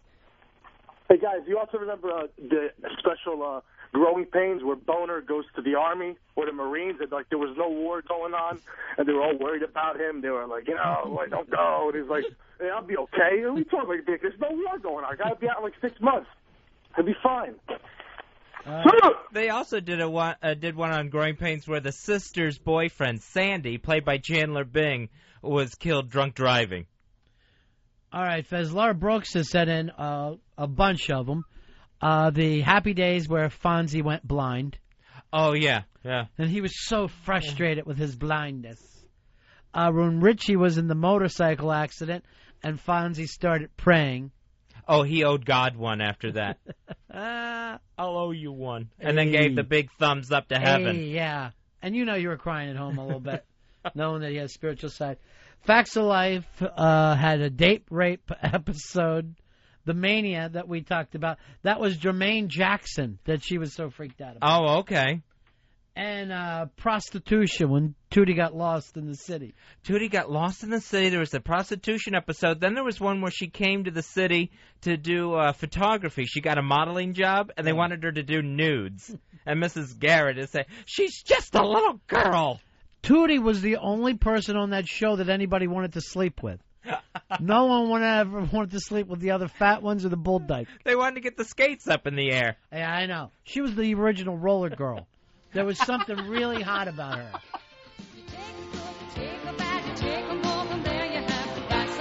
Very special Facts of Life. Do not miss this episode. They didn't have a good day. Watch it as a family. And when Natalie said she was going to sleep with Snake that night. Well, have you ever seen this show Seventh Heaven that's big now? It's like a preacher raising really awful kids. They're constantly losing babies and ODing and dying. It's just one fucked up valley that they live in. There's always someone opening a bedroom door only to have a shocked expression on themselves. Hey, Chuck, you're on Ron and Fez. Hey, guys. I wanted to talk about an even better episode of Saved by the Bell than when Jesse was on speed. It was when the famous movie star Johnny Dakota came to Bayside High to film an anti-drug commercial. Yeah. And then the kids all went to a party, and then Johnny offered them a joint. So they were all completely disgusted, and they ended up doing an anti-drug commercial with Brandon Tartikoff at the end.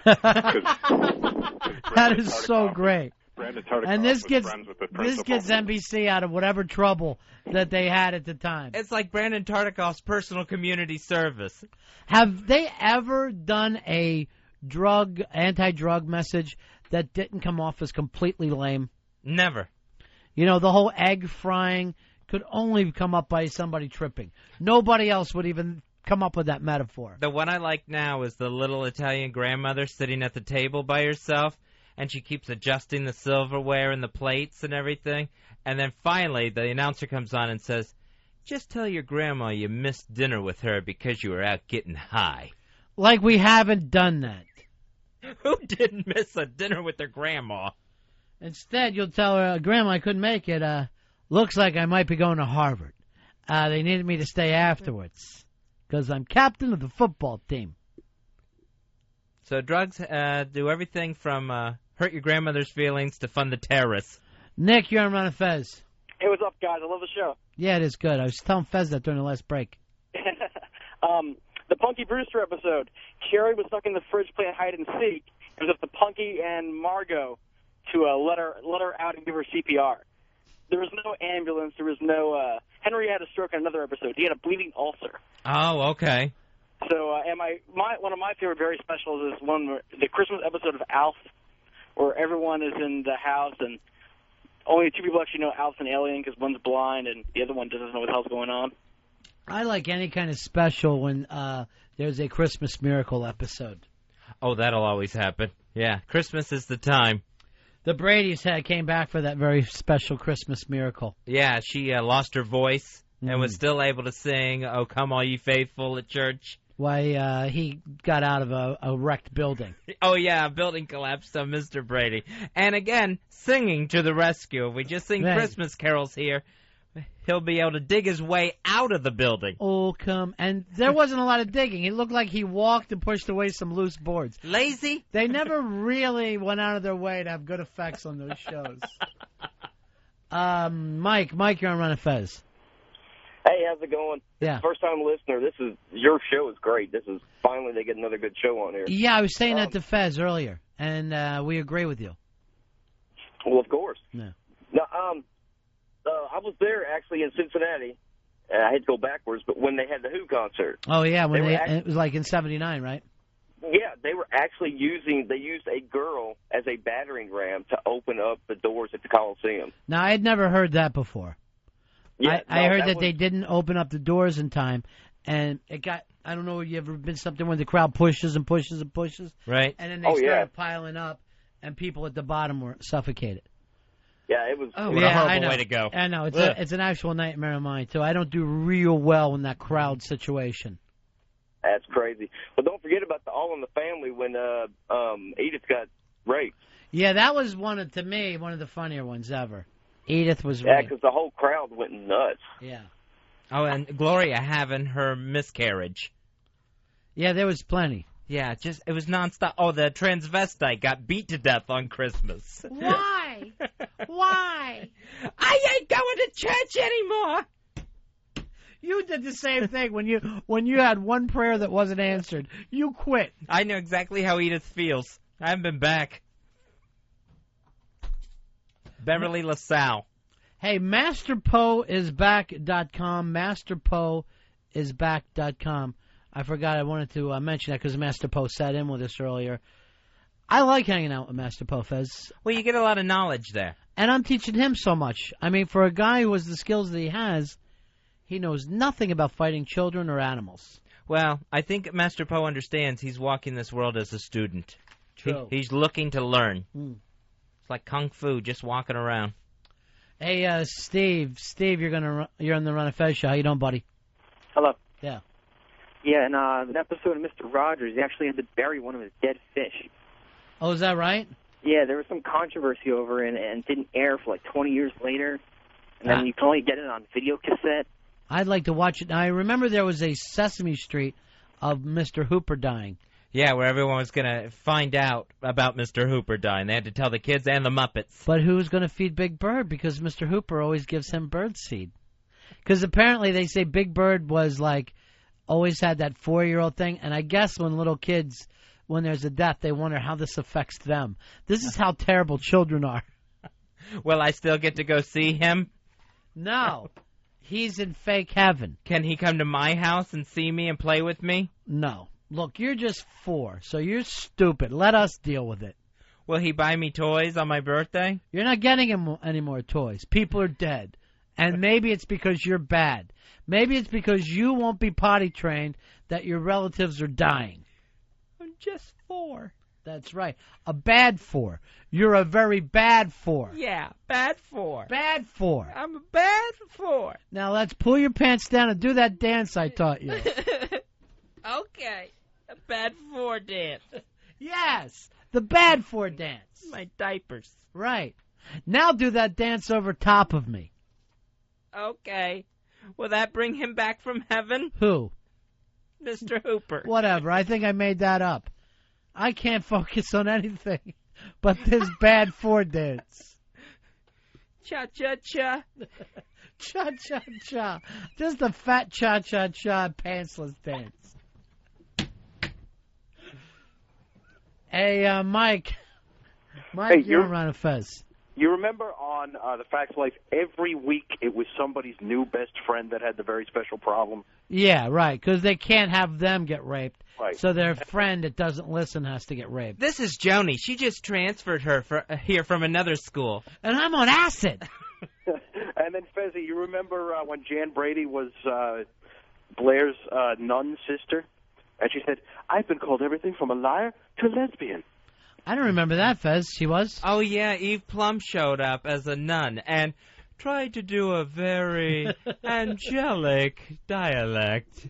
As a nun, I have no emotions other than nunnery. Blair, I understand you're angry, but God understands as well. Blair, I don't use my vagina for anything other than bathroom purposes. I married the church a long time ago. Look at me. I'm a nun, but I'm really more of an angel, without any kind of human emotions or needs or wants. She did. She thought she was an angel. That Blair Warner, she was so embarrassed anytime her family showed up. The cerebral palsy cousin. Right. The nun sister. And, you know, have you ever see on any of these things where they act like they don't even know how to act around a priest or a nun? Like they're just like completely acting like you have to somehow pretend that you're somebody different because a priest is there. Oh, it'll always go into, well, not your father. Yeah. I mean, my father. Right. I'm father, sir. Father. Your Honor. You're doing good. You don't date. But there would always be a thing of, like, you don't know the guy's a priest because you just played basketball with him. And then he puts his collar on. after you've just said something inappropriate. Or the scene in a TV show where someone is at the library, they make conversation with, like it's a lady, makes conversation with a guy, they decide to hook up, go get a cup of coffee, and then he pulls back, and he's in a wheelchair. Oh, yeah. And she didn't realize she'd been talking to a handy-capable person the whole Sure. time. And then she learns a lot about how they can, it's better. It's better to be in the wheelchair than it is to walk. It may sound crazy, but I'm in love with that wheelchair-bound man. Let's take a break here. We're back in just do we got any more guests coming up, or is that later this week? We got a very special Ron and Fez. Later this week. What day? Tomorrow. Is it tomorrow? Yes. Tell everybody you're booking. Well, we got some old friends stopping by. We got Winnie Cooper stopping in. Not the real Winnie Cooper. No, but I mean the celebrity guests that you have. Celebrity guest? I'm sorry, I don't have the list in front The of me. nanny. You told me the nanny's coming yes, on the show. Fran Drescher. He'll be on tomorrow. I'm sorry. Like he's got so many guests that he can't possibly go through this. It says Fran Drescher and then somebody we know from Bar 9. And Fran Drescher, and we're going to have Mark Lawrence tomorrow also to do football. Tomorrow or Friday? Friday we'll have Mark I Lawrence. used to love his show. Shanae was my favorite. That's Martin Lawrence. Is this guy even black? No. I'm not talking to him. All right, let's look at him right now. Look at him walking all over the place. He's doing that. Tom DeLay, of course, getting indicted today by a Texas grand jury. He's doing that thing where I'm going to just be in the public. Yeah. They're not going to accuse me of hiding from this. So I'm just going to walk around outdoors as a symbol of being out in the public.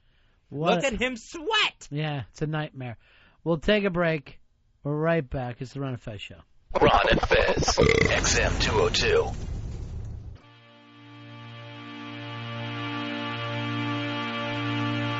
On the other side of the sun, there revolves a planet similar to our own. Except this is a world of paradoxes and backwards logic. This is a world of complete opposites. This is a world known as Earth 2. On Earth 2, every AA meeting has an open bar. Earth 2. On Earth 2, New Orleans was the only American city spared by Hurricane Katrina. Earth 2. On Earth 2, the Yankees live in the shadow of the mighty, mighty Mets. Earth 2. On Earth 2, rush hour is when you rush home from work on empty highways. Earth 2. On Earth 2, thin people bowl. Earth 2. On Earth 2, the second round is the easy round on Jeopardy. Earth 2. On Earth 2, Martin Luther King had a nightmare. Earth 2. On Earth 2, Chips was the greatest show in the history of television. Earth 2. On Earth 2, the cover of Sports Illustrated is a blessing. Earth 2. On Earth 2, donkeys do fly. Earth 2. On Earth 2, Earth 1 is Earth 2. Earth 2. On Earth 2, Chevy Chase is still a big star. On Earth 2.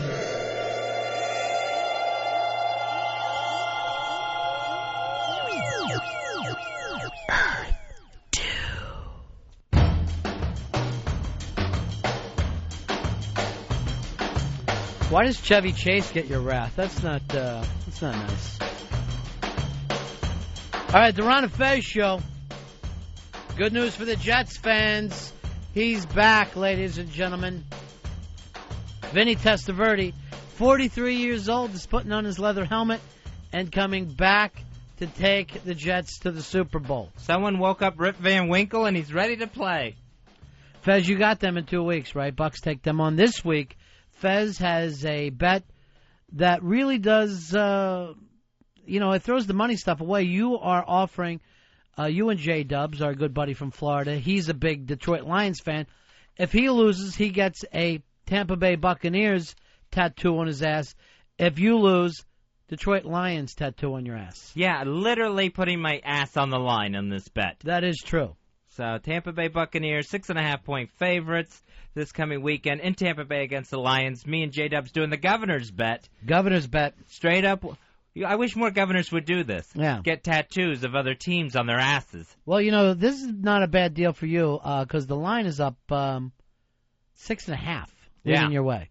By the way, I heard this from some other people, including Webby's sister, that want to join us at Hooters. Look how the Buccaneer bandwagon, is now rolling. It's remarkable what 3-0 do for your popularity. And now Hooters wants to bring us some food by one day, right? Earl, have they said, look at Earl, he's eating a salad. You're eating like a maniac, and Fez and I are over here starving like Ethiopian babies. I'm sorry. Look, even my stomach's extended. What? Yes, it is. That's as if the Ethiopian babies have a beer drinking problem. Like little pregnant 4-year-olds over there. Just sticks right out. I don't know what it is with some of those little kids with those giant bellies are so adorable. Well, they have big eyes, too. They have really large eyes, like anime kids. And nice skin. I guess it's all of the impurities are out of their system. Yeah, once you scrape the flies off, there is a beautiful texture under there. Harry, you're a lucky, lucky man if this works out for you. So when is Hooters bringing food by? I hope in a half an hour. Actually, we still got to work the details out, but the Hooters girls do want to stop by. And, let's lock that up. Yeah, they want to talk about the new. And they got to bring lots because we know what happens here. We have a lot of hungry men at this place. Oh, absolutely. We'll make sure that it's like dropping food into the Superdome.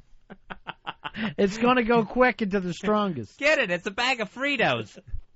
Make sure they bring lots of wings and hopefully a couple of burgers. Have them bring like wings and stuff and a lot of food while we discuss having them on. Right. Yeah, so make sure the food goes directly into the studio. Now, do we have to talk with Hooters chicks? Yes, we do. I guess because we were talking about food, we got this message sent to us. Riviera John. Wow, from the Riviera Deli. Which was the best food we've ever had on the air. Tastes great in your belly. Having some Fast Eddie sandwiches, which was the pinnacle of my career when Riviera Deli would bring food. Now, how can we do that well in St. Pete, and here we are in the middle of Midtown Manhattan, and you're looking at me in a blank space, Harry, like there's not food every which way, every direction. I'm just not a food connoisseur. I don't really know the best places. I see you, man, titties. But I do eat food. I don't eat You're the quality. Liberty Bell in an extra large shirt. I don't eat quality. I eat quantity. I just don't want to puke. Who else was with Riviera John? I don't. Hold on. Let me get the You message. were the one who said he had somebody with him. That was Bill, the intern. Well, who's the producer? Who's the temporary producer? Who I heard from Wiki goes, you can't have that fat Arab sleep here anymore. I don't know if those were his exact words. Yeah, that was them. And it's not like you've been putting in extra time. You're just creeping out the building people. I think Bruce, the office manager, complained. He says it's starting to stink like Arab in here. Did someone pitch a tent? Nobody wants to see a terrorist 3 o'clock in the morning walking around the fucking halls. It's scary. You're just weirding people out. You're creeping people out, kid. Bill's telling me the other name was Greg Billings. No way! From the Stranger Band and Damn the Torpedoes. Formerly Stranger Band, now Damn the Torpedoes. Great group. XM should be playing them. Oh, national exposure. I always thought maybe the best frontman I've ever seen in my life, Fez. Greg Billings. It's just always a great time seeing that show. Yeah. I think he's going to be playing at the Daiquiri Deck on New Year's Eve. Are you busting balls? No, that's true. Is that really true? Yeah, Mad Beach. Because I never know with you. That is absolutely true. How did you know this? BL told me. When were you talking with BL? I'd like to get her on the show. BL was telling me I think they do like regular appearances at the Daiquiri Deck. Mm-hmm. Her and the other sports chicks, and New Year's Eve is their big party there with Greg Billings. BL should be appearing at the Daiquiri Dick after what she's done with her life. Frothy, just sloppy. By the way, BL, second Hooters girl ever hired. So you know how far back we're going with this one. It's before Bill the intern was born. Harry, can you get me a Fast Eddie sandwich? Oh, that would be so good. Can you make that happen for me? It's the world's largest, cheesiest sleeping pill. It's fantastic. It's every breakfast meat. It's eggs. It's cheese. Peppers, onions. All the good stuff. Although I'm going to tell you right now, my agita gets so bad I might have to lay off the onions. Is there any way you can find something like that? Is there a Riviera Deli around here? I will search to find a really good deli around here. I don't know of one offhand. You're on 57th Street. They're not all that good. I mean, the one we went to was is on 57th Street. A lot of them are just... Where's the funny? Where's the comedy? Where's the Mike 3 guy? Why? Now, look, I didn't bust your balls. I'm asking a question, right? Yeah. How long do you think the comic would be on O&A's without getting his balls busted if he didn't go for funny? I'm just trying to figure out the food situation. But are you going for funny, too? Well, if it comes up, yeah. But, I mean, first and foremost, I'm trying to get the food. So I'm supposed to set... Fez, I got to set him up. Oh, okay. Lob the softballs out there, Rodney. Yeah. Harry, what do you think about pants? What's going on there? Like, let's say sweatpants. Good one. I know he's got a chunk on this. Well, the thing is, I lost a lot of weight, and you can't, you can... Well, you can't wear certain clothes when you're big, like sweatpants. You can't? No, I can't, because if you're thin and you wear sweatpants, it always looks like you're playing some kind of sport. Right. But if you're fat and you wear sweatpants, it just looks like you've given up on pants. So there you go. Why are you mad now? You did it, right? You didn't like the way you did it? I don't know. I just didn't like the way it came out. Oh, you want to try it again? No. Harry, I noticed you're wearing sweatpants. How come? What's up with your pants? What's the story with your pants? Hey, you, Pantsy. What's going on? Harry, I noticed... What the fuck? I noticed there's a lot of clothing stores around here. What are they selling? Pants? What would be good to wear with this shirt I got? Some pants? Girl, women wear dresses, but men go in a whole different situation. Men will put on pants, ladies and gentlemen. See, there's funny in everything, Harry. Harry, look at my hair. I'm running an Irish afro here. I got to do something about... I look like fucking Dylan when he went electric. It's just, I got to... Boo! You got something lined up for me? That'll be the new thing. I don't know any stylists. I don't get, look at my hair. It's not... Yeah, I know. There's you're the producer. There's a certain thing called the Yellow Pages. Where do you get your bald spot covered up at, Harry? Oh, I shouldn't have mentioned his hair. Why? He's sensitive about that. I thought he had a chunk. Where's the bald spot? Let me see. Holy not really shit, a it's a landing spot, pad. but, It's a landing pad. How old are you to have that? 22. You ought to get a fucking weave. Get it done now. Stitch that up. Looks like the San Andreas fault. What kind of fucking part is that? It's just going back and forth like you could slalom down it. Did you watch the Bob Dylan last night? No, I did not watch Bob Dylan. Part 2. What is your anti-Bob Dylan thing? There was just other things on that I wanted to check out. What was on? That had a higher priority. Amazing Race, Family Edition. I'll never watch that show. Which is better than I gave it credit for yesterday. Because a woman got run over by an Amish buggy. And I hate those Amish. They will run you down. And you know it was done on purpose. And the only reason her family was there is because they had just lost their husband and father who got ran over by a NASCAR. So killed? Yeah. Wow. So he was working in the pits, went out to get off some debris out of the track, and got run over by a car. How come we never heard about it? You thought that would have made the sports page. Yeah. Or at least some footage of it. So then these children are in an Amish buggy that runs over their mother, and they're just sitting there horrified. Harry, let me see the pad that you have in front of you. I see you taking notes during the show, and I'm curious. Not to mention that there was a black family on Amazing Race whose last name was actually Black. So all through the show you had to keep hearing, the black family is now in 7th place, or the black family has been eliminated. I saw that. Their name was Johnson. There was no reason to call him that. I blame the host. All right, so basically, he writes down, while I'm talking to him, Yellow Pages, hairdresser. So I won't forget, because I forget. You'll forget what? On the sloppy pad. Look at this sloppy pad. It looks like your mind. Where do you get sloppy pads at? Let's see, J. Dubes sci-fi article. Have Fez read it.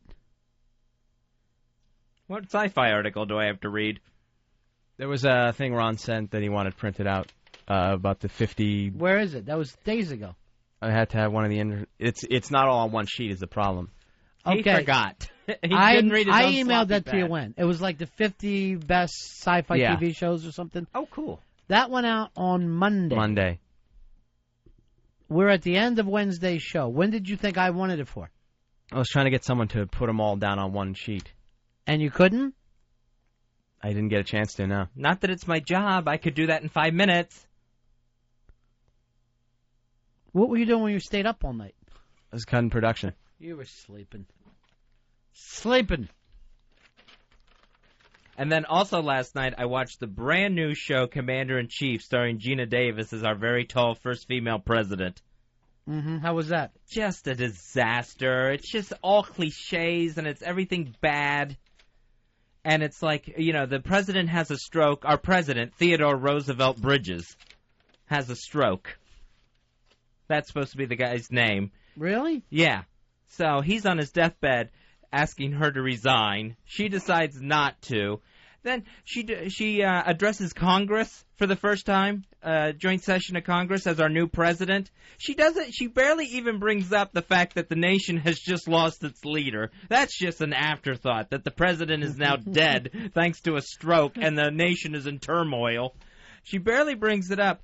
And the Speaker of the House, who also wanted her to resign so he could become president, he turns the teleprompter off on her while she's making her address to the nation and the Congress. So what was his job? Speaker of the House. No, why would he think that if she messed up a speech, he would become president? He wanted her, when she wouldn't give up the White House to make him the new president next in line, he's out to get her now. He's going to sabotage her pregnancy, her presidency. This has got to be the nuttiest show ever. It's just awful. And then they did like a dozen first husband jokes and a lot of Hillary Clinton jokes. Just things shot at her. Like what? It was when she's taking the Pants? secretary's taking the. You notice Hillary Clinton wears pants. She does wear a lot of pantsuits. Give me another softball. I'll set you up in a minute, okay, as soon as he's done. So when the secretary's taking the first husband around, yeah, and she's like, "This is your office." Mrs. Clinton had her office in the West Wing. That didn't go over very well. And then everything that she showed the new first husband, Hillary Clinton did it a different way.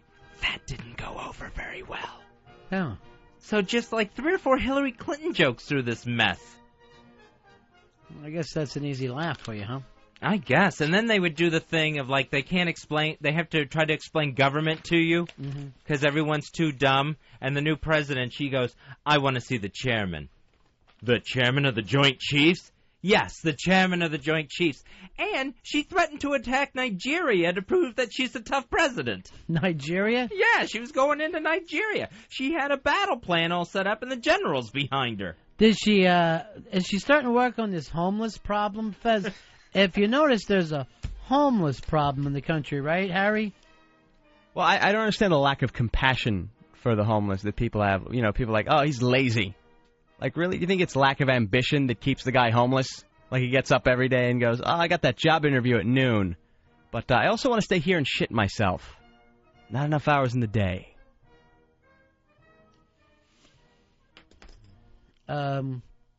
Yeah, so that's another thing that they could be doing. They could. Oh, well, you know what happens on next week's episode? What? The first daughter, who, oh, by the way, is a right-wing Republican and thinks her mother should have resigned the post. So there's a girl, Alex Keaton, in all this. And on next week's episode, the girl loses her diary. And there's really awful things about the new president written in there. Because she doesn't agree with her mother on any political thing. So now it's turned into a Marcia Brady episode. Right. We have to worry about... Like, the daughter wouldn't have bad things written about her father if he was president. Right. So this has got to be... this show, you think it's not going to make it, huh? There is no way this thing is making it. It's not happening. She will be impeached by the American public. How long do you give it, Fez? I will give it 4 more episodes. It'll get a 5-episode run. This thing could be better... could be replaced with a show about a dentist. Yeah, they could do an episode about why you only have 2 forms of Novocaine. You either get the laughing gas or the needle, which is great. You can have this hallucinogenic gas, which makes the world fun, or it could stab you in the face 5 times. Well, I don't think that the gas is Novocaine. Well, it helps numb the pain.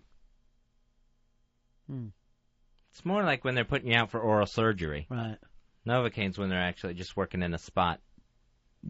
Here's, did you just burp? I was going to say something, and I said, why bother? Why bother? What? What were you going to say? I was going to say that I know people, it's not just oral surgery. A lot of people have it for just smaller procedures. They get the gas. Yeah, but you still get Novocaine, too. Yeah, you get both if they're working on you. The gas more or less stops you from feeling trapped in the chair or whatever. It's to supposedly chill people out.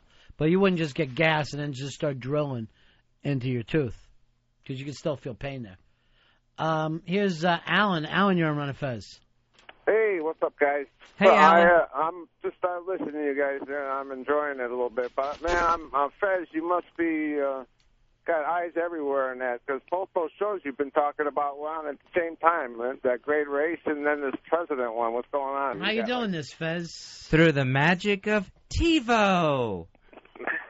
I started recording Amazing Race at 9 o'clock, went in the bedroom, watched Commander-in-Chief, then came out and started watching Amazing Race an hour after it started. Yeah, who needs women? You're living a whole life on your own. I'm on top of it. Yeah.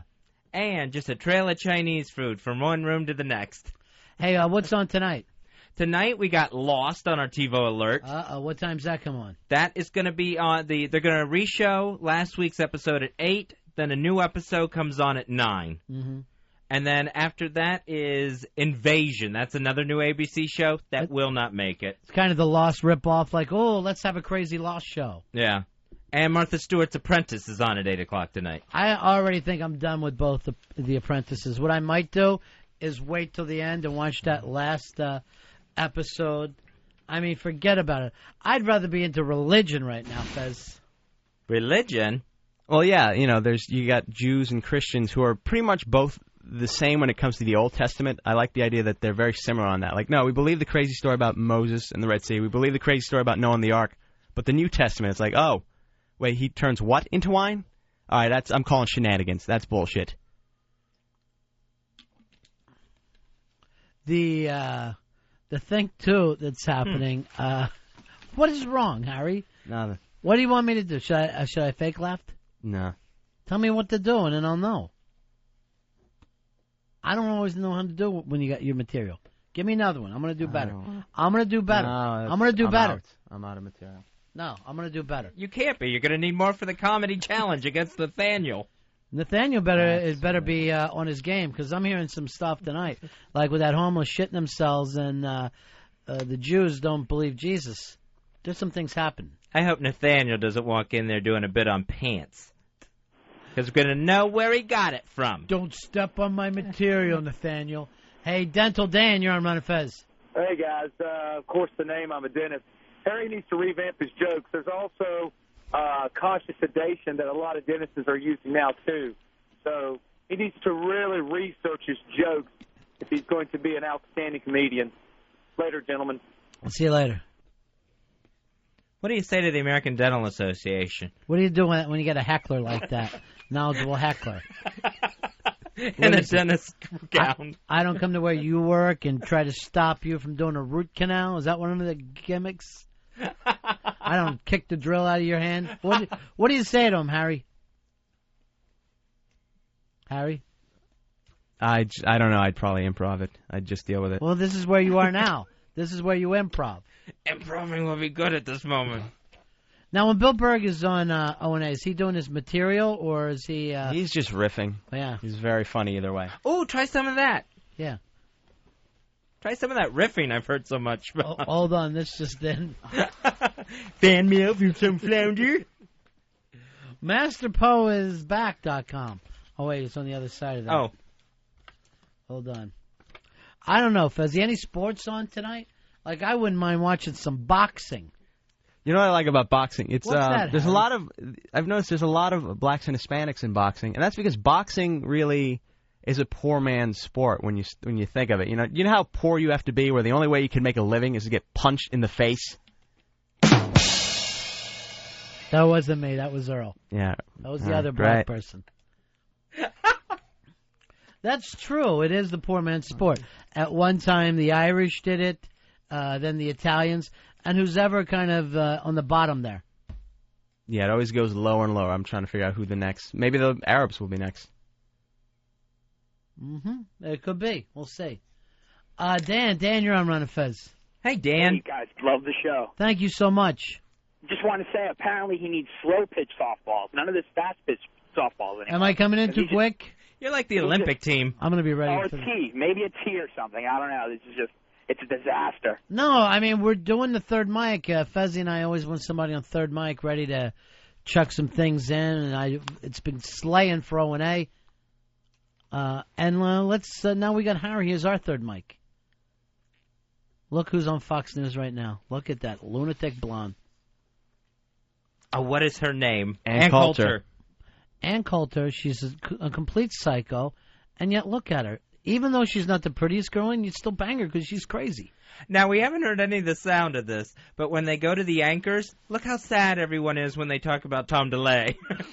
Everyone is just moping around Fox News. They act like he passed away earlier today. Right, Harry?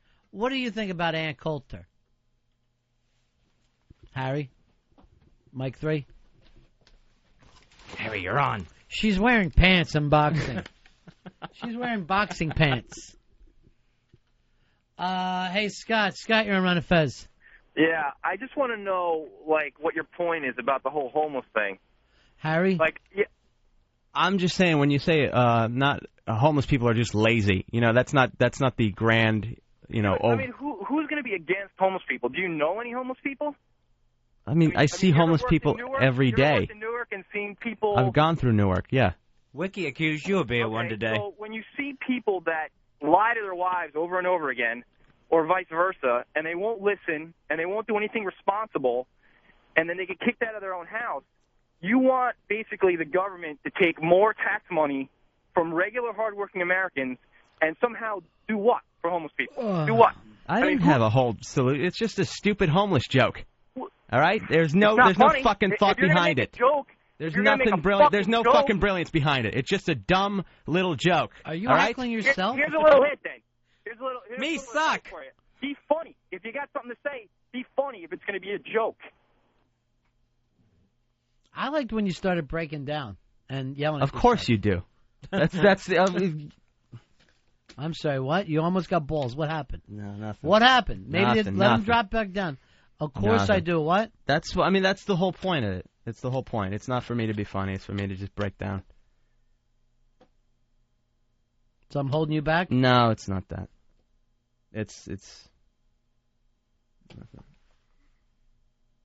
What is it, Harry? No, it's not. Are you mad at me for giving you your first job where you're making money? I'm not. No, for I'm doing not comedy? mad at me. I'm mad at me. No, because this I can't is me. perform. I'm some kind of an awful person No, who it's gave not you your first you. gig. It's me. It's just I feel terrible right now. Well, don't forget the benefits, too. It's for some reason I can do it on stage. I just can't do it here. I don't know why. I just don't know why. And I'm trying to. Maybe you do better when you're working free. Maybe that's where you shine. Maybe we stop the paycheck. Things will start to go your way. You start to turn it around.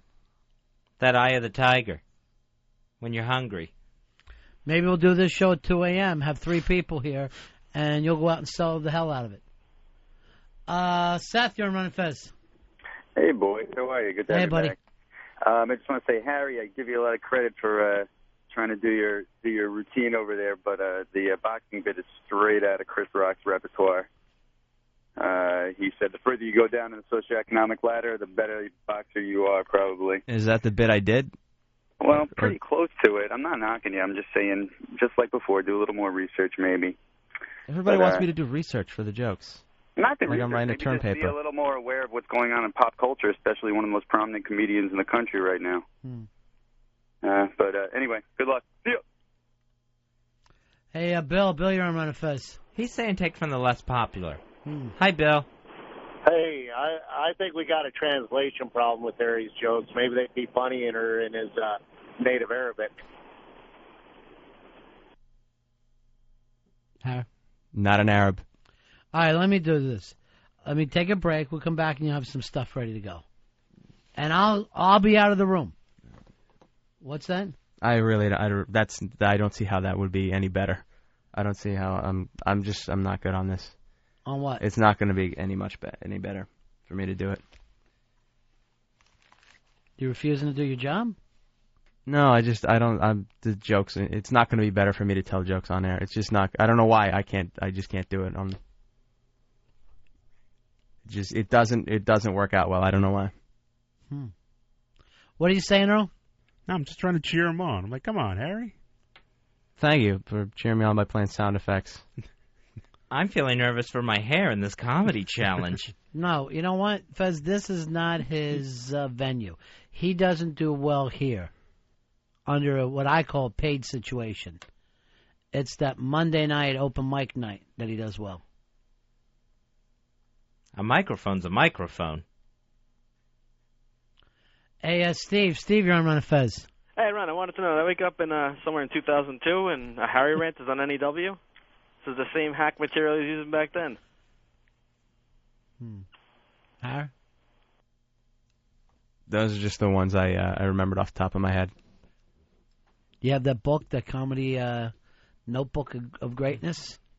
Nah, not on me.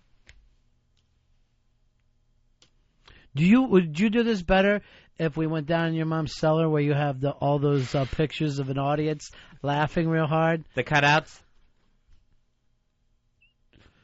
Ma! What's wrong, Harry? Nothing. All right, here's your buddy, Ass Man. He'll help out. Ass Man, you're on the air. Thank goodness. Good afternoon, boys. Hey, buddy. Hi, Ass Man. You know what? Harry's just not coming across as funny. I mean, I never thought I'd live to see the day I would actually be saying this on air, but bringing back Al Dukes. At least he pissed his fucking pants and made us laugh. Okay? At least he kissed another guy and made us laugh. At least he had arguments with Billy and made us laugh. Right. This guy is not funny. He's horrible. I don't know what it is. He's just not funny. Do you think it's something that you'll grow to love? I don't know. Maybe, is it, But you like him. You've met Harry. You like him as a person. You know he's a clever guy. I don't know. I mean, what's he doing wrong, Ass Man? He's just not delivering. He's not coming through with his lines. He doesn't believe he's funny. He's just not funny. He doesn't come off as funny. What do you think, Harry? Yeah. Is it a struggle for you to be in here? I just get very nervous in here. I don't know what it is. On stage it's just, it's... The salary? Is that the problem? We provided a former 510-pound motivational speaker. He's down, he says 250. I think he's less. A motivational coach. Tom, you're on Ron and Fez. Hey, I just wanted to say I've heard his stuff before, and I loved it the first time on XM 150, the comedy channel. Oh, Jesus. I'm willing to put my hair up on the line. You could shave it off when he loses. All right, you're in, Tom. Okay, thanks, man. Man, there's going to be a lot of bald-headed people walking around the country. Is that where you're getting the material from, 150? No, although it is a good channel. Have you been on there yet? No. Note to Sonny Fox. No, not with this. Not with today's CD. What's wrong? Not with this demo. What's wrong? Send this to Sonny Fox and see if he'll play this.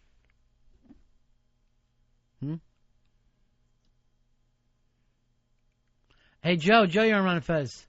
Hey, Harry just needs to, chill out, tell everybody to fuck off, basically. Just relax and just be himself. And if he be himself, he could probably relax and have a good time. Now, I don't know if Joe's lost as much weight as the Ass Man, but he's making sense, too. What do you think of that one? Give me another softball. I'll set you up. Set it up with the new attitude where you're telling people to fuck off. You can tell Ron and Fez just to fuck off, and then that'll make you feel better. Right. But, All right, I like the idea of that. That in your face. Yeah, you're that in your face comic. We're just a bunch of hockey pucks. Stupid hockey pucks. You want to watch out for Harry Insanian. You don't want to be in the front row of that show. I'm not sure what this word is. I think it's high panic. No, it's Hispanic. Oh. Yeah. You know, you're Hispanic. Yeah, aren't you? most people don't know that. Yeah, I'm actually Both. Hispanic. Yeah. But I don't really look Hispanic, which is great because during the Puerto Rican Day Parade, I can do all the groping I want, and then when the cops show up, all I have to do is grab the guy next to me. I got him right here, officer. So, fuck off.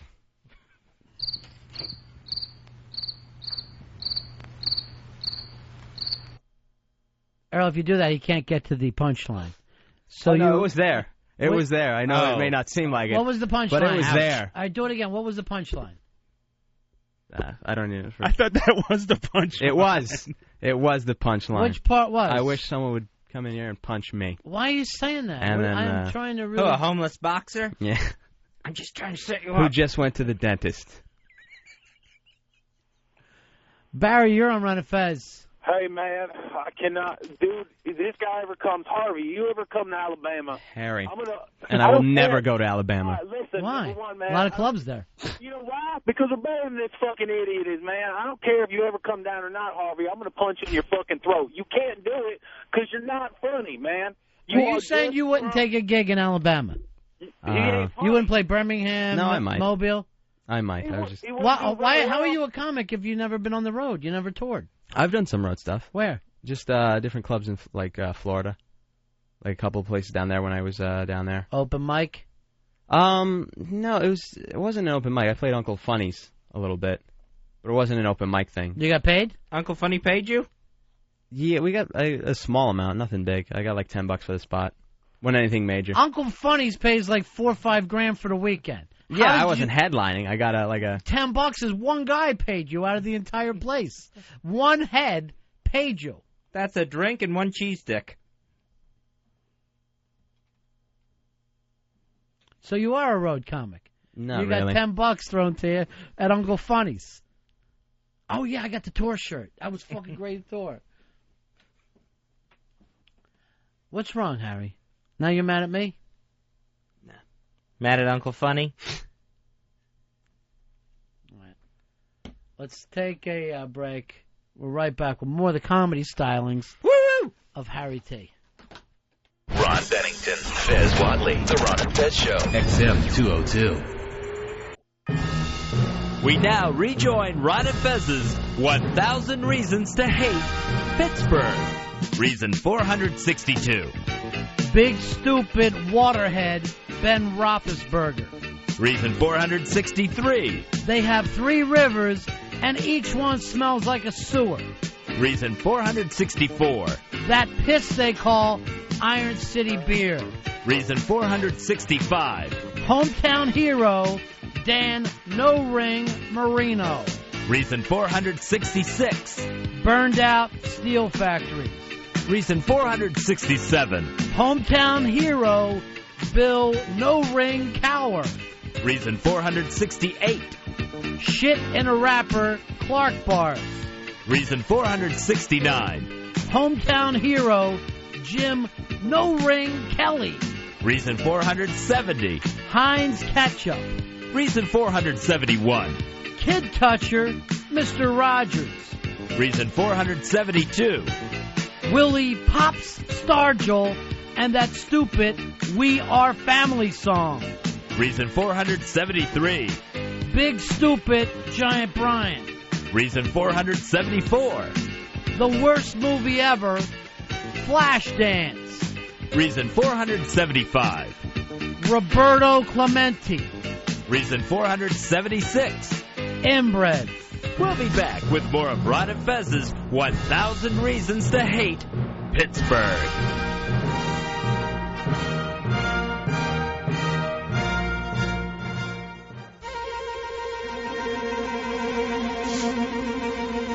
Make 'em laugh, make 'em laugh. Don't you know everyone wants to laugh? My dad said be. When you hear that, it could only be one thing. Here comes Harry T. Earl, you're an ass, man. Ready to make things happy. I love how he just sits there and says, "No, you can do better," and then he just cuts me down each step of the way with his music and drops. Until Earl fucks up something, he's got every right. I know. Oh, and my day's coming. I know that. Earl's MVP. I can't believe Harry acts like he never met you and I. Or was on the phone begging to work this fucking job. And then when he comes in here, sad sex. I'm Fez. This is my friend Ron. It's very nice to meet you. All right, people are out there. You got fans. Here's Tim. Tim, you're on Ron and Fez. Timmy. Hey, Harry Balls. Hey, Harry. Very clever. Very creative. Dude, Harry. It's the first I totally support you. You need to step up like Tom Brady, kind of do a little sidestep when the Ron and Fez pressure is on. You're doing fine. Just plow through. Maybe it's the 5 Ys that I'm trying to support here in Utah. Maybe that's wearing me out. But I think you're funny. I think you need to plow through, buddy. Plow through. There you go. All right. First positive one. I appreciate that. People are pulling for you. You think that old man Vinny Testaverde's sitting around going, oh, I can't do this, Jets. I can't do this, Coach Edwards. Shucks. One of the first things you could do, Harry, is keep your head up. Your chin is on the floor the whole time you're in here. Here's Harry. Harry, you're on with Harry. This Harry? Yes. Well, I'd like to offer my support as a fellow person named Harry. Nice. That's nice. Well, I, too, am against homeless people. No, I Let think this it's totally... guy go. I think he's No, killing. I think he totally... Let him go. Pick up his...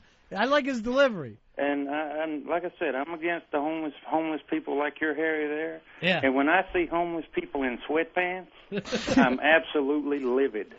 See? Absolutely livid. All you Harrys are alike. They need dental care. They need to get smashed with a bat. All right, thank you. This is starting to work. Thank you, too, Harry. Here's Matt. Welcome, Matt, to the Ron and Fez show. Hey, guys. Yeah. Glad to hear you back on the radio. Thank you. Somebody should volunteer to run him over with a bus. All He right. sucks. I hope Nathaniel fucking kills him. I don't think Nathaniel stands a chance right now. How many of those guys are putting their hair on the line? Who's all up for this? Nathaniel, Danny, and Eric. Danny, come I on believe. in here. And I noticed Danny's scouting a little bit. And I'll say this. I think he's looking pale. I think he's looking a little nervous right now when he's hearing some of the A material. Hello, Mr. Nerves. Hello. How you feeling overall when you hear what's happening? Oh well, Harry's funny to me, right? Because Yeah, I but see not all in the things the- behind the scenes here that goes on, and that Well- makes me laugh. But when he's on the air, Yeah. I'm just laughing at the wreck that's taking Right. place. It's not really the material that's making me laugh. What happens off the air when I get approached today by Don Wiki Wickland to say Harry can't live here? Harry must not stop sleeping here. That's something that I find amusing when I come in after 8 hours of sleep, 6 in the morning, and there's Harry on his laptop. hilarious. Still trying to piece together a 25-second piece of production. 25 seconds. That makes me laugh. Wiki said, I love the Arab kid, but this can't be midnight at the Oasis. So a lot of this stuff he should be banging out quickly. Well, I mean, it's not like I haven't offered my help or Right. anything, you know? Why don't you throw it to him? What are you worried about? I will. It's just sometimes I don't realize I need his help until it's too late and I'm doing it kind of... Till it's 6 a.m. Yeah. Do we need to either get a shower in here or pick up the pace somehow? I mean, I'm working on it. It Now, shouldn't be a let me problem check with anymore. Danny. Harry gave himself a C as our producer. What letter grade would you give him? Ah, boy, you're somewhere hovering around the D- area.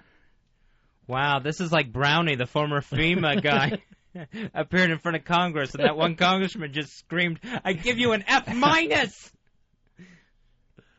All right, here's the guy you're taking on. It's Nathaniel. Hey, Nathaniel, how you doing, buddy? Pretty good. I hear there's some Harry's trying to throw down the gauntlet again. Yeah, Harry came in here doing some of his ace material. I would just warn you this. You better have some pants material, Nathaniel, if you're ready for Harry. Because he owns most of the garment working audience. You'll be going leg to leg. Fair enough. Have you guys gotten any closer to setting up a date or where this is going to take place? Or? I'm working on getting a club. I have to see someone tonight about the location, and I've talked to Ben about getting some judges. Give us an idea where we're talking about. Well, I don't want to reveal it. One of the big ones, though? Yeah, one of the bigger ones in New York. One of the ones everybody knows? Pretty much one You've of the all major. seen it on TV? What area of town? I don't want to say. I don't want to reveal it yet. 'Cause it's not Area official. town wouldn't hurt. Well, it's on I'd say on the west side. Upper West Side? Maybe. Oh, jeez. Maybe. We're going places then. Are you ready for this, Nathaniel? Now, have we decided to open this up to the public, or you still want to do... I still want it to be fair. I feel like if I open it to the public, it will be too biased. But who's going to laugh if there's not an audience? Well, we're going to have an audience, but they just other won't comics. Harry's used to working other comics. Yeah, that's the best kind of comedy, too. I've got 25 minutes just to make open micers laugh, so it should be great. Ouch. Yeah, Fez, I'm doing well. Fez, you still feel good about putting your hair on the line for this? My hair is on the line against Harry T. Yeah. With Harry T, I mean. And Earl is back in Harry. Earl is actually putting his hair on the line, too. What? Huh? Earl will shave bald if Harry loses this. I'll cut Is Harry hair. still refusing to save Fez's eyebrows? Or Yeah. the eyebrows? Yeah, everyone's disgusted about that. Everyone Harry, if he puts his eyebrows on, he could probably win Fez's love back. I don't think that'll ever happen. I think Fez really doesn't. You don't is know not how fond of boundless me. my love is. Yeah, you don't know. It's like trying to guess God's love. Thank you, Ronnie. You're welcome, Fez. That's a female Greek god. Aphrodite. All right, Nathaniel. I can't wait to hear when you guys set this up. Yeah, I'm worried for Fezzy, unfortunately. Yeah, well, you know what? Don't pull back, Fezzy. Whatever happens, happens. I'm a big girl. I know what I'm getting into. We're going to have celebrity comedy judges. Yeah, we're working. Ben's going to help me out with that because he has the major connections. Anything you ever do on your own? After your 4.5 years of comedy, you think you know some comics? I know some comics, but I really want some major... Who's the biggest name comic that you're friends with? I'm friends with Dino Bidala, who's a big comic in New York. He's very funny. Gino Bisconte, who plays New York as well. Mm-hmm. You know anyone not named after an Italian cookie? I'm starving. After hearing this, seriously. I am so hungry. You think you would know some places to eat? I just want something to dip in my coffee at this point. Come on, the cookie joke was funny. Give it to me. It was very funny. All right, Nathaniel, we'll talk to you soon because we got to get going here. All right, thanks, man. Thanks, man. Bye. Danny, when Harry was, before we got here to XM, and Harry was an O&A intern, was he like this? Pretty much. Oh, he Pretty was, much. huh? Yeah, the whole pacing back and forth, kind of aimlessly thing. He was here for, I think, 2.5 months and was still asking how to print out the feedback. So, yeah, pretty much of the same here. Oh, God. Pretty much of the same thing here. Oh, God. Kinda... How awkward. Ooh. Boy, did Opie stick us with him. Oh, got us good. He got us twice. Oh, man. Earl and Harry both. Yep. Earl, then Harry. And Earl has shocked the world by turning it around. Earl might be looking at Producer of the Year honors with XM. I was talking with some of the people. Over 200 channels? That Yeah, he's over Producer of the 200 Year? channels. It's going to be between him and the NASCAR guy, Ogre. But Ogre quit the other day. He did? You didn't get that email? Oh, I saw it was from Ogre, but it was so rambling I didn't read it. Well, at the bottom he left and is doing very well with his barbecue business. Oh, okay. Yeah. Yeah. His choice, sure. Hey, Petri Dish, Ron and Fez. Hey, buddies, how y'all doing? This guy, Harry's horrible. I want to take a piece of glass and put it in the hole of my dick and smash it with a hammer. That's Gallagher's bit. Yeah. That was kind of funny. That was a comeback, right? Yeah, that was very... One. I'll mark that down. Matt, you're Ron and Put that Fez. on the reel I sent to How's it Sonny going, Fox. fellas? Yeah. Hello. Yeah. Go ahead, How Matt. y'all doing? Hey, listen, I do a little bit of stand-up comedy myself. I got some advice for him, man. Yeah. He needs to sell caskets, bro. Really. Now, where do you do comedy at?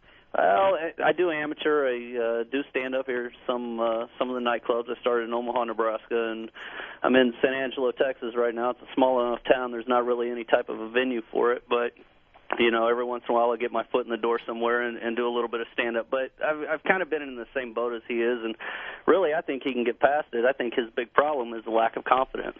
You think that's it for you, Harry? Other comics are calling in to... I don't lack it on stage. Like I lack mourners, it in they're here calling for in. some reason. You I don't hate know me why. and Fez. No, I really it's the opposite of that. I really admire you guys, and that's why I get very nervous because I can't keep up. Would it be better for us to leave when you come into the No. studio? I don't and then think- you'll have third mic to yourself? See, I think that defeats the third mic purpose. I'm supposed to help out, but You can talk to yourself. Well, then you just let us know when you're done and we'll run back in. I think that would throw off the timing of the show. Yeah. I don't know. Good point, Harry. Dennis, you're on Ron and Fez. Roddy Fez. Yeah. 20761. That's old school, Harry. Hooah! Fezzy. Yeah, I buddy. See the future. I see the future. You with a bald head and a Detroit Lions tattoo on your ass. On your stupid fat ass. That's the only way you'll be able to tell my ass from my head. The ass has the Lions tattoo.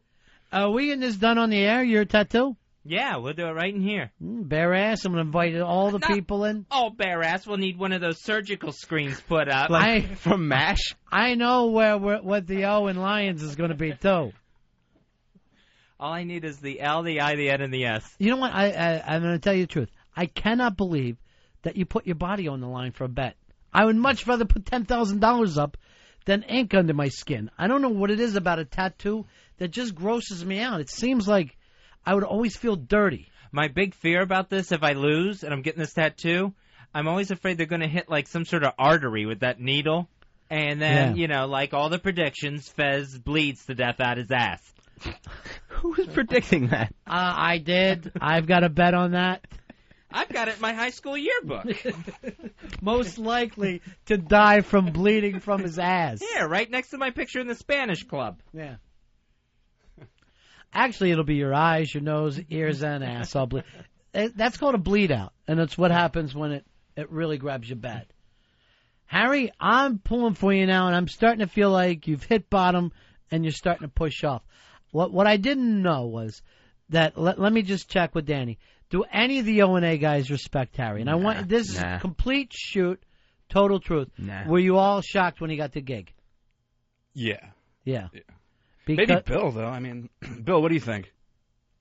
Did you think you like Harry T? You got respect for Harry T? Be honest, Bill. Because Don't worry he's about be it. honest. Just be honest. Honestly, I like Harry. He's okay and stuff, and I'm not just trying to be like nice to everyone, you know. Yeah. But he seems like he's nervous a lot and kind of so much pressure on him, and I don't know if he was prepared for being the assistant producer under you guys. Right. So, but at least I know he's trying and he's working hard. All right, that's nice. Thanks, Bill. Appreciate it. He's trying. He's not up to it. That's the. Why can't we just leave it at the trying part? Well, he said you didn't have the skills to pull it off. Just say trying ... And everybody says you're nervous and you feel pressure. Yeah. Were you nervous around your internship? Not so much nervous. I just didn't feel like you're part of the gang. No, I was never part of the gang. Always looking in. Yeah. Yeah. And I remember at the prom when they put goat's blood on you. Remember? Because you had your period. Remember how bad you felt then? Cramps. I had cramps. All right. Well, you didn't tell us that you couldn't do this when you got called in for the interview. No, I thought I would be able to. Speak up. I thought I would be able to. Oh, and by the way, I have no ability to do this. It's not that I have no ability to do this. I would definitely say.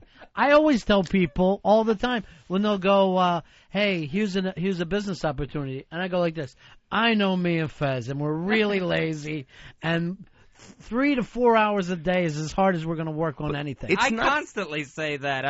That's not going to happen with me. I'm not lazy. I'm here. I mean, I was here all night yesterday, trying to get all the promo stuff done. Why laugh, Danny? Because there's no reason. Because there's a difference between being somewhere all night and actually getting something done during that time. Right. So you're not actually working. Being somewhere, that's like me saying, "Hey, I was in the hotel for 3 days. Don't tell me I'm not trying." But I'm watching TV. I'm not. I wasn't sitting around here watching TV. I would rather be at home than sit if I'm going to do that. But he's saying it's not the person who racks up the most hours. I'm not saying it is, but I'm not. It's not like I'm. It's the funniest. When you've been here the longest, you're the funniest. It's not like I'm just, like at 2 o'clock when the show's done, I just chuck everything and go. Well, you did yesterday. I had to. What go are you doing today? Class. But I mean, aside from that, is it producing class? No. All I see is the back of a large bicycle helmet at 2 o'clock in the east. You got to leave after the show today? Eventually, yeah. Well, eventually, sure. After what Wiki told you. Eventually? That sounds like you're leaving in pieces. No, I will be. Like you're dripping out of here. I will be. All right, give us a joke to go. Come on, Harry. You give me the softball set. You want me to hit one out. Give me one to take home. Your Tell best my chunk. neighbors. You're leaving, bit. This is how you leave it. Okay, relationships. All right, hold on. Hey, Fez, I forgot to tell you. I'm finding myself in a relationship lately. Wow. You ever listen to a girl describe the new guy she's dating with who's clearly Yes. bad for her? Yes. Just like, oh, his name is Ice Pick. He just got out of the joints, trying to turn his life around. And he's really sweet because I locked myself out of the apartment and he knew just how to get in. Ice Pick. He's no good for you, girl. I would call the police. You were late on that, Earl. Late. Harry, how those balls taste? Oh! What does that even mean? What does that even mean? Home. What the fuck does that even We mean? You can't- just ate your balls for 3 hours. I'm just curious on how it tastes. We can't top that one. We'll be back here tomorrow. I gotta tell that one to the retards at home. How they doing? Nuts. Just nuts. Think about eating your balls. All right, take care, everybody. Don't put up with anybody's bullshit.